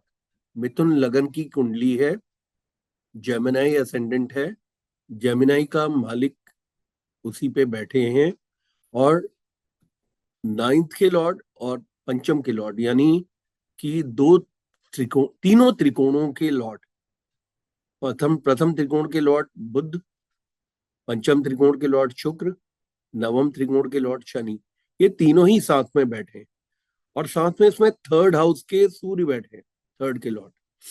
अब 3rd के लॉर्ड के बैठने से क्या हुआ कि ये थोड़ा, इनका नेचर जो है इनिशिएटिव वाला था, डोमिनियरिंग था, लेकिन इनको बहुत ज्यादा पसंद किया जाता था, क्योंकि जिस फंक्शन में भी ये जाती थी वहां पे ये पूरा कंट्रोल अपने हाथ में इनका धीरे धीरे आ जाता था, उनकी डेक्सटेरिटी की वजह से, उनकी स्किलफुलनेस की वजह से, इतनी स्किल्ड होने की वजह से। अगर किसी की मैरिज भी हो रही है तो वो माता पिता का पूरा पूरा जो बोझ है उसको अनबर्डन कर देती थी, और सारी चीजों को कंट्रोल में करके और बिल्कुल मैथोडिकल, सिस्टमेटिक और ऑर्गेनाइज तरीके से करती थी। उसका कारण है कि उनका चंद्रमा जो है वो कन्या राशि का है, तो कन्या राशि का होने की वजह से ये मैथोडिकल, सिस्टमेटिक एंड ऑर्गेनाइज्ड होते हैं। अब आप एक बात और ये देखिए कि इस कुंडली के अंदर सबसे अच्छी बात क्या है कि जो सप्तम भाव पे 4 ग्रहों की दृष्टि है, जिसमें से 3 त्रिकोण देख रहे हैं, त्रिकोणों के स्वामी देख रहे हैं। एक तो लगन देख रहा है, कारक शुक्र देख रहा है, शनि जो है नवम त्रिकोण का स्वामी देख रहा है, तो उनकी दृष्टि है। इसके अलावा जो 7th का लॉर्ड है गुरु, उसकी गुरु की भी पंचम दृष्टि है इस पे। गुरु की देखिए 3 दृष्टियां हैं। गुरु की पंचम दृष्टि अपनी ही राशि पे है, गुरु की सप्तम दृष्टि नवम भाव पे है, और गुरु की 9th दृष्टि उनके लाभ भाव पे है। तो इस वजह से क्या है कि उनका जो अपना वो स्थिति थी कि वो बहुत अच्छे लेवल पे फाइनेंसेस को मैनेज करने की पोजीशन में थी, और बहुत अच्छा वो काम कर रही थी, और अभी भी लोग उनसे एडवाइस लेते हैं, और अभी भी वो बड़ी एक रोबस्ट हेल्थ में। उनको अगर कोई प्रॉब्लम आई है तो थोड़ा लेग्स की प्रॉब्लम आई है इतनी उम्र में जाके, 80 ईयर्स की उम्र में जाके, 82 83 की एज में, तो जाके उनको लेग्स में वेरिकोज वेन हुआ है। अदरवाइज, और हस्बैंड तो 83 84 में जब वो गए तो उस समय वो रिगरस योगा करते थे, मेडिटेशन करते थे, और 4 बजे से सुबह उठ के वो रिगरस योगा कैलिस्थेनिक्स करते थे। तो उनकी जब डेथ हुई थी वो भी ओवर एक्सर्शन के वजह से ही हुई थी, लेकिन एट ए वेरी 84 85 ईयर्स में उनकी डेथ हुई योगा करते हुए, तो ये कार्डियक अरेस्ट से। तो बहरहाल उस समय भी वो हमेशा 20 साल अपने उम्र से छोटे ही दिखते थे। वो 85 के थे लेकिन दिखते ऐसे थे 65 के। तो ये एक एम्बॉडीमेंट है पूरा, ये जो हॉरोस्कोप है ये मैरिटल ब्लिस की एक चरम सीमा की हॉरोस्कोप है। इतना डिपेंडेंस इनका था एक दूसरे पे, और मतलब आप इसमें कह सकते हैं कि ब्लिसफुल मैरिटल लाइफ का एक एम्बॉडीमेंट ये दिखाई पड़ता है। अब आप में से किसी ने कुछ पूछना हो, 9 बज गए हैं तो ऑफिशियली हमारी क्लास खत्म हो गई है। Anyone who has to ask? Sir 212 का क्या रिलेशनशिप होता है? हाँ, इसमें बहुत अच्छा किया आपने याद दिला दिया। सडाष्टक नहीं होना चाहिए, कारक हो, भाव का स्वामी हो। सडाष्टक का मतलब होता है छठे और आठवें। छठे अपने से छठे नहीं होना चाहिए, अपने से आठवें नहीं होना चाहिए, और अपने से 12वें नहीं होना चाहिए। कारक के केस में 12वें का थोड़ा एक एक्सेप्शन है कि जो कारक है शुक्र, वो 12वें भाव में अच्छे माने जाते हैं, लेकिन मैरिज को डिले करते हैं। अब आपने कहा एक और इक्वेशन बचती है, वो दुर्द्वादश की है। तो दुर्द्वादश में क्या होता है, द्वितीय जो भाव है वो तो कुटुंब का है, वो तो कोहेसिव भाव है, लेकिन जो 12वां भाव है वो या तो पॉपिंग पिल का है, मतलब मेडिकेशंस का है कि किसी को ब्लड प्रेशर की दवाई खानी पड़ी है या किसी को डायबिटीज की दवाई, और 12वां जो भाव है वो एक्सपेंशंस का भी है, लॉसेस का भी है। तो दुर्द्वादश जब भी वो इस तरीके के इक्वेशंस पे अगर बैठेगा planet, Lord of the 7th house, तो वो क्या करेगा कि पति या पत्नी में से एक जने को रुगण बना देगा, रोगी बना देगा, और बहुत खर्चालू बना देगा। ये अच्छा किया आपने ये क्वेश्चन पूछ लिया, इससे ये मिस्ड पॉइंट जो है। हाँ हाँ, जगदीश मेहता साहब बताइए। Thank you sir. Thank you Pranav, sir. जो द्विस्वभाव लग्न में जो 7th लॉर्ड और 10th हाउस में होता है, 4th में होता है, और तो ये जो मार्केस और मार्केस का जो उसका रोल उसमें रहेगा उसके साथ में, जो आपने बोला कि जो जॉब और कैरियर में आगे शादी के बाद प्रोग्रेशन मिलेगा और वो भी, मेहता तो साहब ये अच्छा क्वेश्चन है। देखिए, ज्योतिष के अंदर ज्योतिष की जो नुआंसेस है ना, उसमें इसीलिए कभी भी किसी की भी लाइफ में 100% परफेक्शन नहीं होता। इसीलिए आप देखिए रामचंद्र जी जो कि अवतरित हुए, कृष्ण भगवान जो अवतरित हुए, उन्हें भी बड़ी डिफिकल्टीज के साथ में लाइफ को लीड करना पड़ा। और खास तौर पर रामचंद्र जी जिनकी हॉरोस्कोप में अधिकांश प्लैनेट जो हैं, सभी प्लैनेट उच्च के थे, उसके बावजूद उनकी लाइफ के अंदर भी काफी डिफिकल्टीज आई।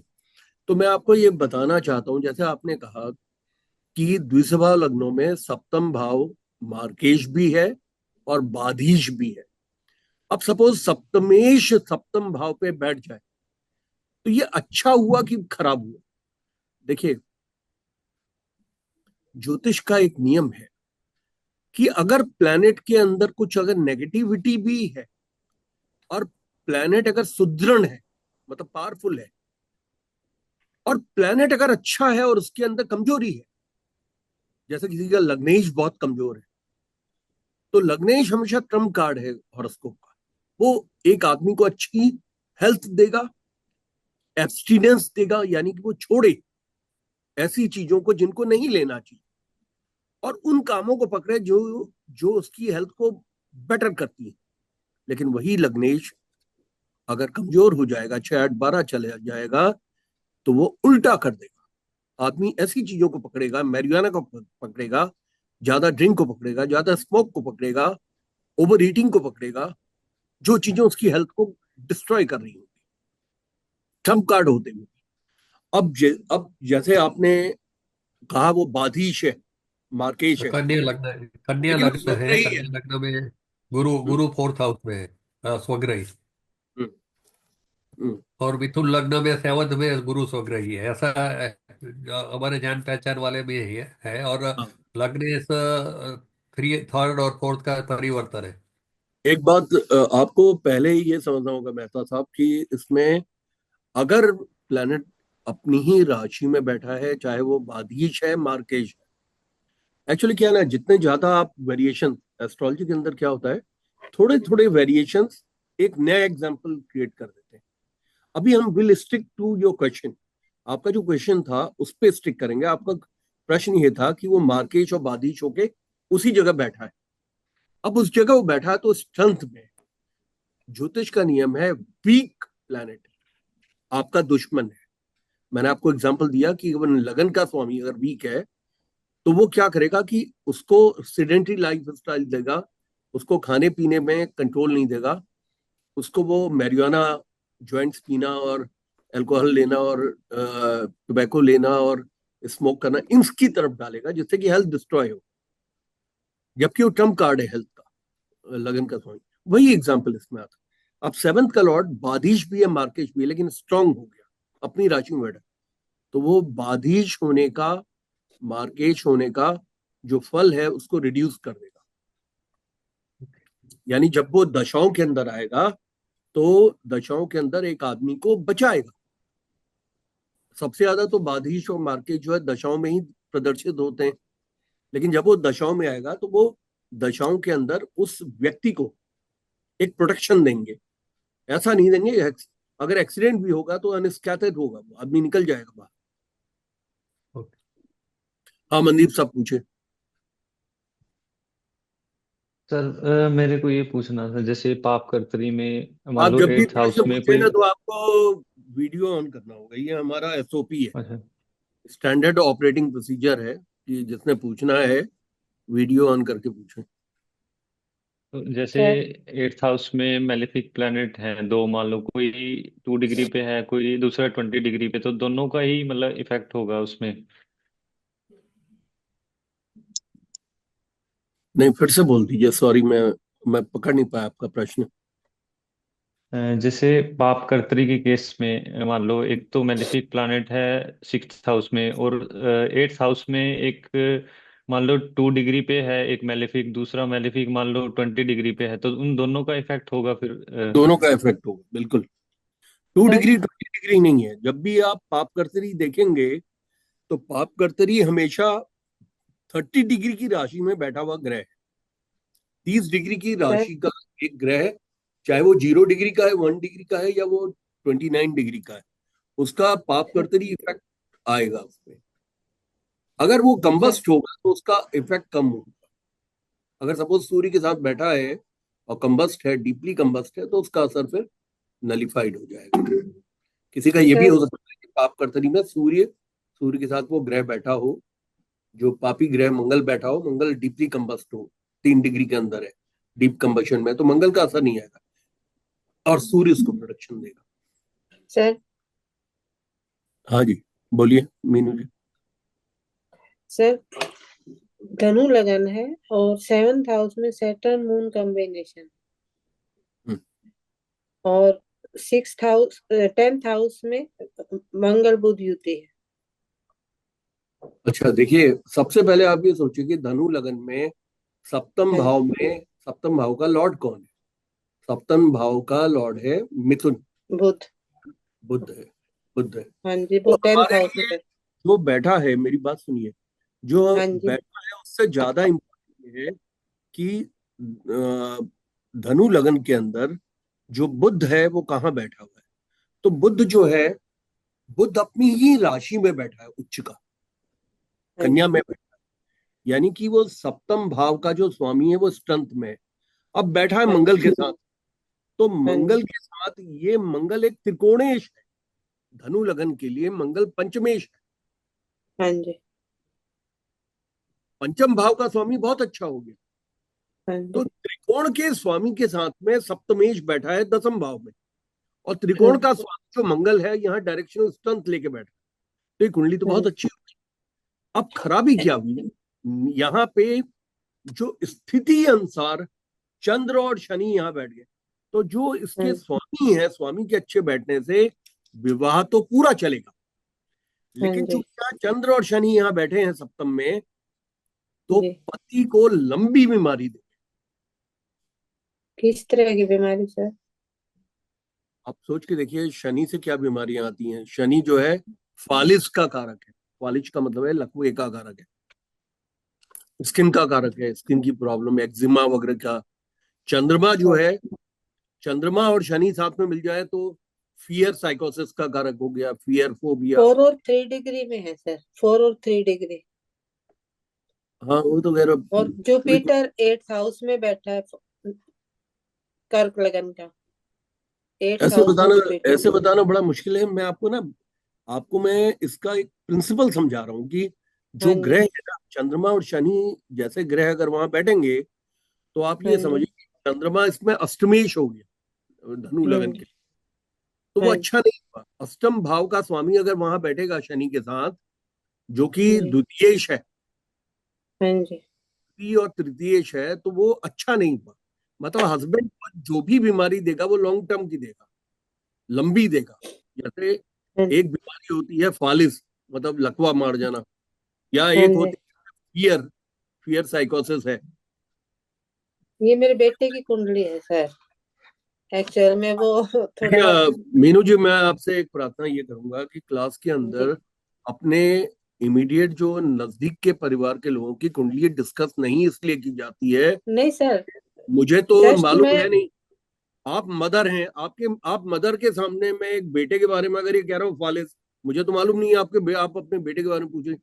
लेकिन इसका ना आपके दिमाग पे बड़ा नेगेटिव असर पड़ेगा, क्योंकि हम कुंडली को पूरा समग्र वे में नहीं देख रहे हैं। We are not looking at the horoscope with all the comprehensive नहीं पैरामीटर्स। सर, मैं प्रिकॉशन के तौर पे तो उसलिए पूछ रही हूँ सिर्फ कि भाई थोड़ा उसको क्योर नहीं नहीं, करूँ तो लेकिन इसलिए। ज्योतिष ऐसे नहीं होता, क्योंकि उसमें अगर उसी चंद्रमा और शनि पे अगर कोई शुभ ग्रहों की दृष्टि है या लग्नेश की दृष्टि है, तो वो चंद्र और शनि का लकवा नहीं देगा, फिर वो फियर साइकोसिस नहीं देगा, उसको फियर एंड फोबिया नहीं देगा, उसको कोई प्रॉब्लम नहीं देगा, वो उसको जी। उससे निकालेगा। तो ये अपने परिवार के लोगों की हॉरोस्कोप देखने में ना, ये एक बहुत बड़ा एक रिस्क बन जाता है। नहीं सर, उनका उन्हीं के लिए तो सीख रहे हैं ना सर। वो बेटर सीख होता है तो। जब आप सीख लेंगे ना पूरा। अगर हाँ आप जी। थोड़ा सा सीख लेंगे, उसके बाद आप इसका एक बैलेंस आंसर निकाल देंगे। ये एक्चुअली में सर मैंने इसलिए पूछा क्योंकि मेरे हस्बैंड के में भी है सैटर्न मून कॉम्बिनेशन, उससे उसके में भी आ गया है, तो इसलिए मैंने जस्ट उनसे पूछा। आपके हस्बैंड को क्या बीमारी है लॉन्ग टर्म? स्किन से रिलेटेड और सिर में, मतलब बालों से रिलेटेड सेट, क्योंकि उनका सन 12th हाउस में बैठा है। हम्म। और मैंने बताया था आपको शनि और चंद्रमा से स्किन की डिजीजेज हाँ आती है। जी। लेकिन उन्होंने अगर ब्लड और प्रेशर है तो बहुत ब्लड प्रेशर की दवाइयां दवाई। ले ली, कोई असर नहीं हो रहा है, मतलब बहुत ज्यादा प्रॉब्लम है उनको स्किन से रिलेटेड। हम्म। हाँ जी, अंशुमान सब बोलिए। Thank you sir. सर मेरा ये सवाल था कि हम लोग जब ग्रहों की डिग्निटी देखते हैं तो उसका हम्म। प्लेसमेंट देखते हैं, राजयोग देखते हैं, राशिगत पोजीशन देखते हैं, लेकिन इसमें एक कंबशन भी आता है, कंबस्ट। उसका जी। क्या ग्रह के स्ट्रेंथ पे हाँ असर पड़ता है? हाँ, बहुत ज्यादा ये पड़ता है। पहला मैंने सवाल। अभी अभी अंशुमान साहब जी। एक मैंने एग्जांपल लिया था कि अगर वो जी। शुभकर्त्री या पापकर्त्री की स्थिति में सूर्य अगर मंगल है साथ में है, और मंगल अगर 3 डिग्री में कंबस्ट हो गया, मैं डीप कंबशन लेता हूँ 60 डिग्री का फासले में कंबस्ट होने पे। इसके ऊपर अगर वो टेक्निकली अगर कंबस्ट है 10 डिग्री का या 12 डिग्री का, तो मैं उसको नहीं लेता। मैं 7 डिग्री तक के डीप कंबशन को लेता हूँ। देखिए, जब भी प्लेनेट अगर डीप कंबस्ट हो गया, तो आप समझिए कि वो किसकी वजह से हुआ है, वो सूर्य की वजह से हुआ है। तो सन उसमें टेक ओवर करेगा, सन को ही काम करना पड़ेगा उस ग्रह के लिए। जैसे किसी का लग्नेश अगर डीप कंबस्ट हो जाए 3 डिग्री में और 7 डिग्री में, तो ऐसा नहीं है कि उसको आदमी को मार देगा, सूर्य टेक ओवर करेगा। तो वो आदमी कि जो पहचान होगी वो पहचान, जैसे शनि और सूर्य बैठे हैं और शनि लग्नेश है, अब वो शनि के लगन का नहीं रहा, क्योंकि शनि 3 डिग्री में कंपस्ट हो गया है, तो सन ने टेक ओवर कर दिया, वो लियो के क्वालिटी ज्यादा दिखाएगा आदमी, सर एक क्वेश्चन और था मेरा। और वो कुंभ के नहीं दिखाएगा। एक मिनट, वो जी सर शुभम, एक क्वेश्चन। एक मिनट मैडम, ऐसे नहीं, हर एक को मौका मिलना चाहिए। शुभम, आपका पूरा नाम सर क्या है शुभम? शुभम पानट। पानत, PANAT। जी। नमस्ते गुरुजी। नमस्ते। देखिए, मैंने ज्वाइन ही इसलिए किया क्योंकि मैरिज का ये है सेशन, और मैरिज रिलेटेड इशू आ रहे हैं मुझे। हाँ, तो अब जैसे मुझे आप रिश्ते गोवा में, बहुत गोवा रहते हैं? कहाँ रहते हैं आप? मैं विदेश में रहता हूँ, यूएस में। US में रहते हैं, अच्छा। तो जैसे तो मेरा आपका मेरा मेरा मकर बैकग्राउंड लग्न। में आपके बीच आ रहा है, हाँ। मतलब वो वर्चुअल बैकग्राउंड डाला है। तो मैं यूएस में रहता हूँ, अच्छे बैंकिंग में हूँ, अच्छे पोजीशन पे काम करता हूँ। तो मकर लग्न की कुंडली है मेरी, और मेरा हम्म, शुक्र दोनों 12वें घर में बैठे हैं। हम्म, एंड 7वें घर में चंद्रमा केतु है। हम्म, और शादी से एसोसिएटेड ये है कि रिश्ते बहुत आते हैं, और मैं मतलब दिमाग के काम में भी लगा रहता हूँ, तो हम्म, वो नहीं हम्म, करता एक कमिटमेंट। तो हम्म, उसी से संबंधित सवाल था कि शुक्र शनि 7 में है, 12वें में है, 7वें में चंद्रमा केतु है। हम्म। तो मकर लग्न है, राहु है। Rahu is owner of the लग्न। नहीं, आपको सबसे पहले देखिए, हमारे नियमों के अनुसार आप चलिए। अगर आप देखिए मकर लगन के हैं, तो मकर लगन को टफ लगन क्यों बोलते हैं? क्योंकि ये बड़े मेथोडिकल, सिस्टमेटिक एंड ऑर्गेनाइज्ड लगन है। लेकिन ये चूंकि काल पुरुष के 10th भाव का है, तो अथॉरिटेटिव लगन है। मेथोडिकल, सिस्टमेटिक एंड ऑर्गेनाइज तो वर्गोन्स भी होते हैं, हु आर परफेक्शनिस्ट। बट वर्गोन के साथ में क्या होता है कि दे देयर से दे मरकरी लगना, तो मरकरी का लगन होने की वजह से वो एकोमोडेट करने को तैयार होते हैं। लेकिन मकर के साथ में क्या है कि ये कालपुरुष की 10th भाव का होने की वजह से अथॉरिटेटिव हो जाता है। ये खुद भी परफेक्शनिस्ट है, और दूसरों से भी एक्सपेक्ट करता है कि परफेक्शन पे काम करे। तो इनके लिए बड़ी टफ सिचुएशन हो जाती है इनके पार्टनर के लिए, कि अगर वो अपने आप को नहीं ढालेगा परफेक्शन के लेवल पे। अब देखिए, जो नियम है वो ये है कि 7th हाउस मकर लगन के लिए कर्क राशि का है, उस राशि का स्वामी राशि में बैठा है आपका, तो यानी कि चंद्रमा एक स्ट्रेंथ दे रहा है 7th भाव को। अब आपको ये देखना है कि ये चंद्रमा खुद कितना स्ट्रांग है। देखिए, स्ट्रेंथ कौन देता है? सपोजिंग मेरा कोई हेल्पर है, मेरा हेल्पर जो है रॉबस्ट है, अच्छी हेल्थ का है, वो जिमिंग करता है, डंबल उठाता है, तो मैं अपने हेल्पर को अगर मैं रिगरस काम दूंगा तो रिगरस काम वो कर लेगा। लेकिन सपोज मेरा कोई हेल्पर है और उसको टाइफाइड हो जाए, या वो बीमार पड़ जाए, या उसको कोई ऐसी बीमारी हो जाए जो कि बहुत डिस्कम्फर्टिंग हो, उसका पेट हमेशा खराब रहता हो, दुबला पतला हो जाए, उसकी ताकत नहीं है, तो अगर ऐसी स्थिति में अगर मेरा हेल्पर होगा तो मुझे हेल्प नहीं कर पाएगा, मैं उसको काम भी नहीं दे पाऊंगा। तो अब आपको ये देखना है कि सप्तमेश 7th भाव पे बैठा है, तो क्या ये कारगर है? देखिए, सप्तमेश के साथ एक प्रॉब्लम क्या आ गई है कि वो केतु के साथ है, वो ग्रहण योग में है। अब वो ग्रहण योग में, इसका मतलब चंद्रमा को वो क्या करेगा, केतु क्या करता है? फियर साइकोसिस क्रिएट करता है, एक्स्ट्रा कॉशन देता है। मतलब चंद्रमा जो बिंदास है, चंद्रमा तो बहुत बिंदास है, चंद्रमा तो मैरी मेकिंग का है, चंद्रमा तो एक एंजॉयमेंट का है, लाइफ को एंजॉय करने वाला है। लेकिन केतु क्या है? कॉशन का है, वो बड़ा कॉशियस बनाता है। केतु के साथ में एक बड़ी प्रॉब्लम क्या है कि वो चंद्रमा को जब वो कंबस कर रहा होता है, तो ये कह रहा होता है, चंद्रमा से ये कह रहा होता है कि अगर ऐसा हो गया तो क्या होगा। मतलब गाड़ी को थोड़ा स्पीड दे रहे हो, तो कहीं ऐसा तो नहीं है गाड़ी टक्कर हो जाए।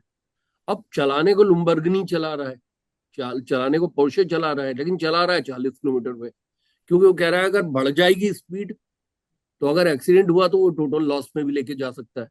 तो उसका मतलब ही is not able to enjoy the life. तो चंद्रमा केतु जब भी साथ में होते हैं तो फियर साइकोसिस क्रिएट करते हैं। वो नियाग्रा फॉल तो जाएगा देखने के लिए, लेकिन इतने डिस्टेंस से देखेगा कि वो मजा नहीं ले पाएगा। वहां पे लोग मजा क्या लेते हैं कि वहां ड्रेंच होके मजा लेते हैं। मतलब आप उसके करीब जाते हैं तो आप उसकी फुहार फियर लेते हैं, ड्रेंच होके आप ज्यादा मजे लेते हैं। गुरु जी, मंगल मेरा 10वें में है, तो मुझे फियर तो नहीं लगता बिल्कुल भी। काम, मतलब आई गेस फियरलेस आदमी, बट वही। माइंड का फियर है ये, चंद्रमा का माइंड का फियर है। ये जो फियर है ना, ये उस सब्जेक्ट मैटर का फियर होगा। सप्तम भाव क्या है? स्पाउस का भाव है। उसको लेकर एक फियर होगा कि मतलब वो अगर आपके मनपसंद नहीं निकल पाई, अगर वो जो है वो आपके लिए स्टॉकर बन गई, अगर वो कल को आपको एक्सप्लॉइट करने वाली बन गई, मतलब देखिए पॉसिबिलिटीज सारी होती हैं। जब भी आदमी कोई टीम कोई गेम में उतरती है तो टीम के पॉसिबिलिटीज होती है, they can win and they can also lose. Both the possibilities are 100% present in that game. नहीं, इसका मतलब ये थोड़ा कि लोग गेम खेलना ही बंद कर दें। और तो वो शुक्र शनि 12वें में है, तो उसका भी कुछ इम्पैक्ट रहता है क्या? कौन है? आप 12वें में कौन है? शुक्र और शनि साथ में बैठे, हाँ राहु देखिए, लग। अब देखिए शुक्र शुक्र का फ्रेंड जरूर है शनि, लेकिन शुक्र और शनि का साथ में बैठना बहुत अच्छा नहीं माना जाता। लेकिन आपके केस में एक एक्सेप्शन है। एक्सेप्शन ये है कि आपका शनि लग्नेश है। लग्नेश एक ट्रम्प कार्ड होता है। वैसे तो शनि का शुक्र का कॉम्बिनेशन क्यों नहीं अच्छा माना जाता? वो नॉन होमोजीनियस होने की वजह से। नॉन होमोजीनियस का मतलब है शुक्र इत्र का कारक है और शनि केरोसिन का कारक है। अब आप एक बात देखिए, अगर आप इत्र लगाते हैं अगर आप इत्र लगाते हैं और उसके बावजूद अगर किसी ने आपके पैंट में भी केरोसिन का थोड़ा सा एक ड्रॉप डाल दिया, तो क्या होगा कि वो इत्र की जो है खुशबू खत्म हो जाएगी, केरोसिन की आने लगेगी। तो ये नॉन होमोजीनियस है। इनकी जो आपस में सिग्निफिकेशन है, जैसे शुक्र क्या है? मजे मस्ती का प्लैनेट है। और शनि क्या है? वर्कोलिज्म का है। शनि क्या है? निशाचर है। और शुक्र जो है रात्रि में मजे करने वाला है, बेड प्लेजर वाला है। वो अच्छी मैट्रेस पे सोने वाला है, वो कंफर्टिंग है, वो गर्मियों में एसी चलाने वाला है और जाड़ों में हीटर चलाने वाला है शुक्र। और शनि मेंडिकेंट है, हर्मिट है। यानी कहने का मतलब है जैसे कि एक महात्मा अपने आप को, अब गांधी जी आप देखिए, गांधी जी जब उससे जॉर्ज फिफ्थ से मिलने के लिए जब गए थे इंग्लैंड तो बकिंगम पैलेस गए थे, तो बाद में जब वापस आए तो उन्होंने कहा कि in this cold you are wearing just a loin cloth. तो उन्होंने कहा the king was wearing enough for both of us. Gandhi ji बहुत ही विटी ह्यूमरस हुआ करते थे। तो उन्होंने कहा राजा इतना पहने था कि हम दोनों के लिए काफी था। आप समझे? तो जबकि गांधी जी एक लॉइन क्लॉथ पे चले, क्यों? क्योंकि जो शनि है वो हर्मिट है, वो एक मेंडिकेंट है। तो आप जो है शिवम साहब, आपको जो समझना होगा वो ये है कि ये दोनों पोलैरिटीज को रिप्रेजेंट कर रहे हैं अपने कारकत्वों में। तो इसका कॉम्बिनेशन अच्छा नहीं। ये क्या है कि शुक्र की जो एक वर्क लाइफ बैलेंस है उसको ये डिस्टर्ब कर रहा है। लेकिन हाँ, आपके केस में इसमें फिर एक ओवरराइटिंग फैक्टर है कि इसमें शनि आपका लगन का स्वामी है। लगन का स्वामी ट्रम्प कार्ड होता है। यानी all said and done, this Saturn is not going to disturb the good effect coming of the Venus. ये है, इसीलिए आपको फॉरेन में लेके गया है। हाँ जी, बोलिए हर्षित साहब। प्रणाम गुरु जी। खुश रहिए। मेरा एक वियर्ड कॉम्बिनेशन है, मतलब वो डिकोड करने में प्रॉब्लम हो रही है। सेवेंथ लॉर्ड कैप्टन है, सेवेंथ लॉर्ड मून है, actually placed in 8th house along with the 8th lord sun, and moon of 0 degree, and moon is in deep Gandanta as well as Varna sun. So aspected by Saturn, which is low ascendant lord and which is placed in the 2nd house, Saturn. in देखिए D9 पहले also. आप खुद इसका answer बताइए। देखिए सबसे पहले जो है, जो पूरी ज्योतिष है वो लॉजिक और रीजनिंग पे आधारित है। अब आप एक बात ये बताइए कि कोई भी ग्रह इन्फ्रक्टस कब होगा? इन्फ्रक्टस का मतलब नल एंड वाइट कब होगा? जब वो डिग्री की शुरुआत में होगा, नंबर 1। दूसरा, जब वो अमावस्या की बर्थ है। सपोज चंद्रमा और सूर्य जब साथ में होंगे तो अमावस्या की बर्थ हो गई। अमावस्या की इतने करीबी हो गई कि सूर्य से चंद्रमा पूरी तरह कंबस्ट हो गया, तो ये इन्फ्रक्टस हो गया। अब मैंने आपको बताया, जब भी कोई ग्रह इन्फ्रक्टस का मतलब नल एंड वाइड हो जाता है, यानी उसका एग्जिस्टेंस कंबशन की वजह से खराब हो जाता है, खत्म हो जाता है, तो अब प्लेनेट जो टेक ओवर करेगा, जो उसकी जगह लेगा, वो सूर्य होगा। अब आपको इस पूरे बात को ये देखना होगा कि आपको सूर्य ने टेक ओवर करना है अगर अष्टम भाव को, और सप्तमेश को भी उसने वर्क करना है, तो आपका 7th हाउस 8th हाउस दोनों सूर्य से संबंधित हो गए। तो आपको मिलेगा कौन life partner? Teacher, preacher, counsellor, consultant. यानी सूर्य से कौन आता है? टीचर आता है, प्रीचर आता है, काउंसलर आता है, कंसल्टेंट आता है, महात्मा आता है, एब्स्टिनेंस वाला आता है, अष्टांग योग वाला आता है। तो आपको ऐसी पत्नी मिलेगी जो, दूसरा सन क्या है? वो डिले का कारक है। तो यानी कहने का मतलब है कि ये आपको विवाह कब करने देगा? वो कम से कम 32 33 के बाद। तो एक तो डिले कराएगा मैरिज में। मैंने टाइमिंग किया था गुरुजी, बट एक्चुअली सन सन एकदम लास्ट में, अभी सन में सैटर्न चल रहा है। और नहीं, आप पहले मुझे बताइए कि आपकी शादी हुई है कि नहीं हुई? 30 एज है सर। है? 30 नहीं हुई, नहीं हुई सर, नहीं हुई गुरुजी। हाँ, तो उसका कारण है अभी आप 30 साल के। मैंने आपसे कहा ना 33 के बाद कराएगा। बट एक्चुअली इसके बाद सन के बाद फिर मून स्टार्ट हो जाएगा 1 साल के बाद। तो सन में सैटर्न बस आखिरी है, फिर सन में मर्क्यूरी 1 साल का है। तो मुझे नहीं, सन सैटर्न में लग रहा है। चंद्रमा शादी देगा, क्योंकि चंद्रमा आपका सप्तमेश है, चाहे वो कंबस्ट है, लेकिन शादी वही देगा। और सारे असर जो है सूर्य के निकलेंगे। तो लड़की आपकी ना टीचर होगी, वो कहीं विश्वविद्यालय में पढ़ा रही हो, या वो डिग्री कॉलेज में पढ़ा रही हो, या वो इंटर कॉलेज में पढ़ा रही हो, लेकिन टीचर होगी। और नहीं होगी तो आपको पढ़ाएगी विवाह के बाद, क्या करना चाहिए क्या नहीं करना चाहिए। हाँ डॉक्टर शांता, आप बताइए। 9:30 पे मैं बिल्कुल बंद कर दूंगा, यानी कि 9:30 पे अंगद का पाँव रख दूंगा और उसको हम शट डाउन करेंगे। जी डॉक्टर शांता। अमावस्या योगा में मून तो कंबस्ट हो गए, सो ये क्या मैरिटल ब्लिस को अफेक्ट करेगा? हाँ देखिए, 7th हाउस में है, अगर 7th हाउस में अमावस्या योगा है। देखिए आपको ये समझना होगा कि जो भी सेक्सुअल एपेटाइट है वो चंद्रमा से आती है, और सेक्सुअल एब्स्टिनेंस जो आता है वो सूर्य से आता है।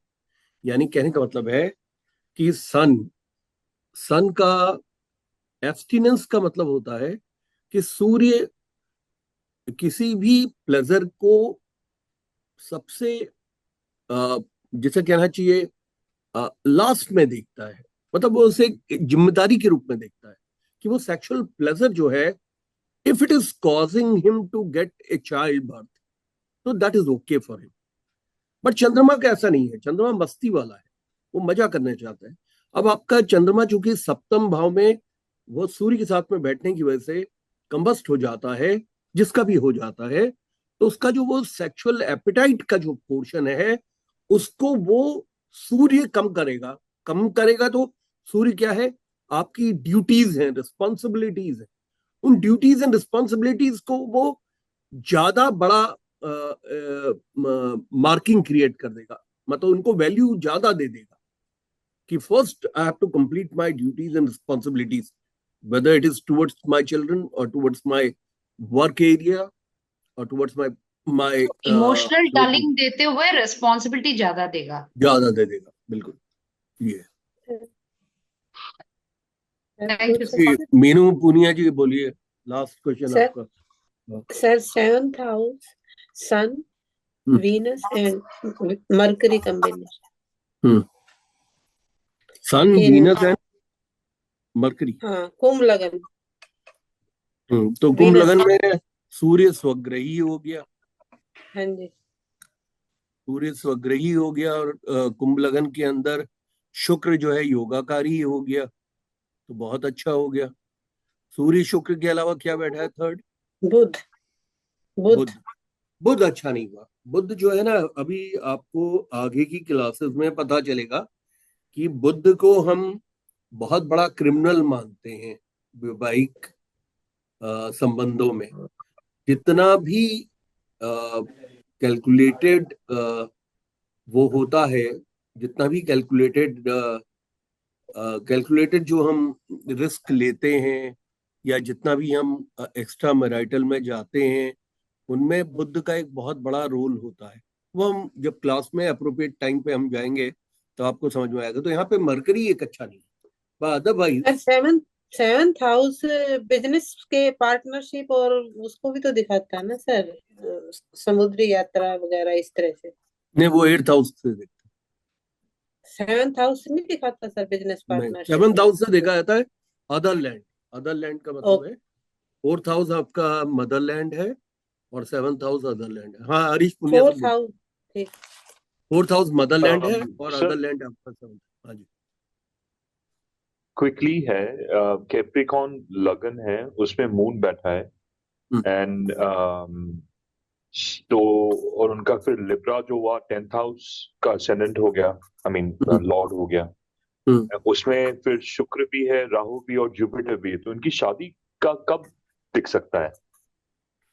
देखिए, पहले तो जो कैप्रिकॉर्न लगन में अगर वो चंद्रमा अगर लगन पे बैठा है तो चंद्रमा का जो एस्पेक्ट है वो 7th हाउस पे है, जो कि बहुत अच्छा है।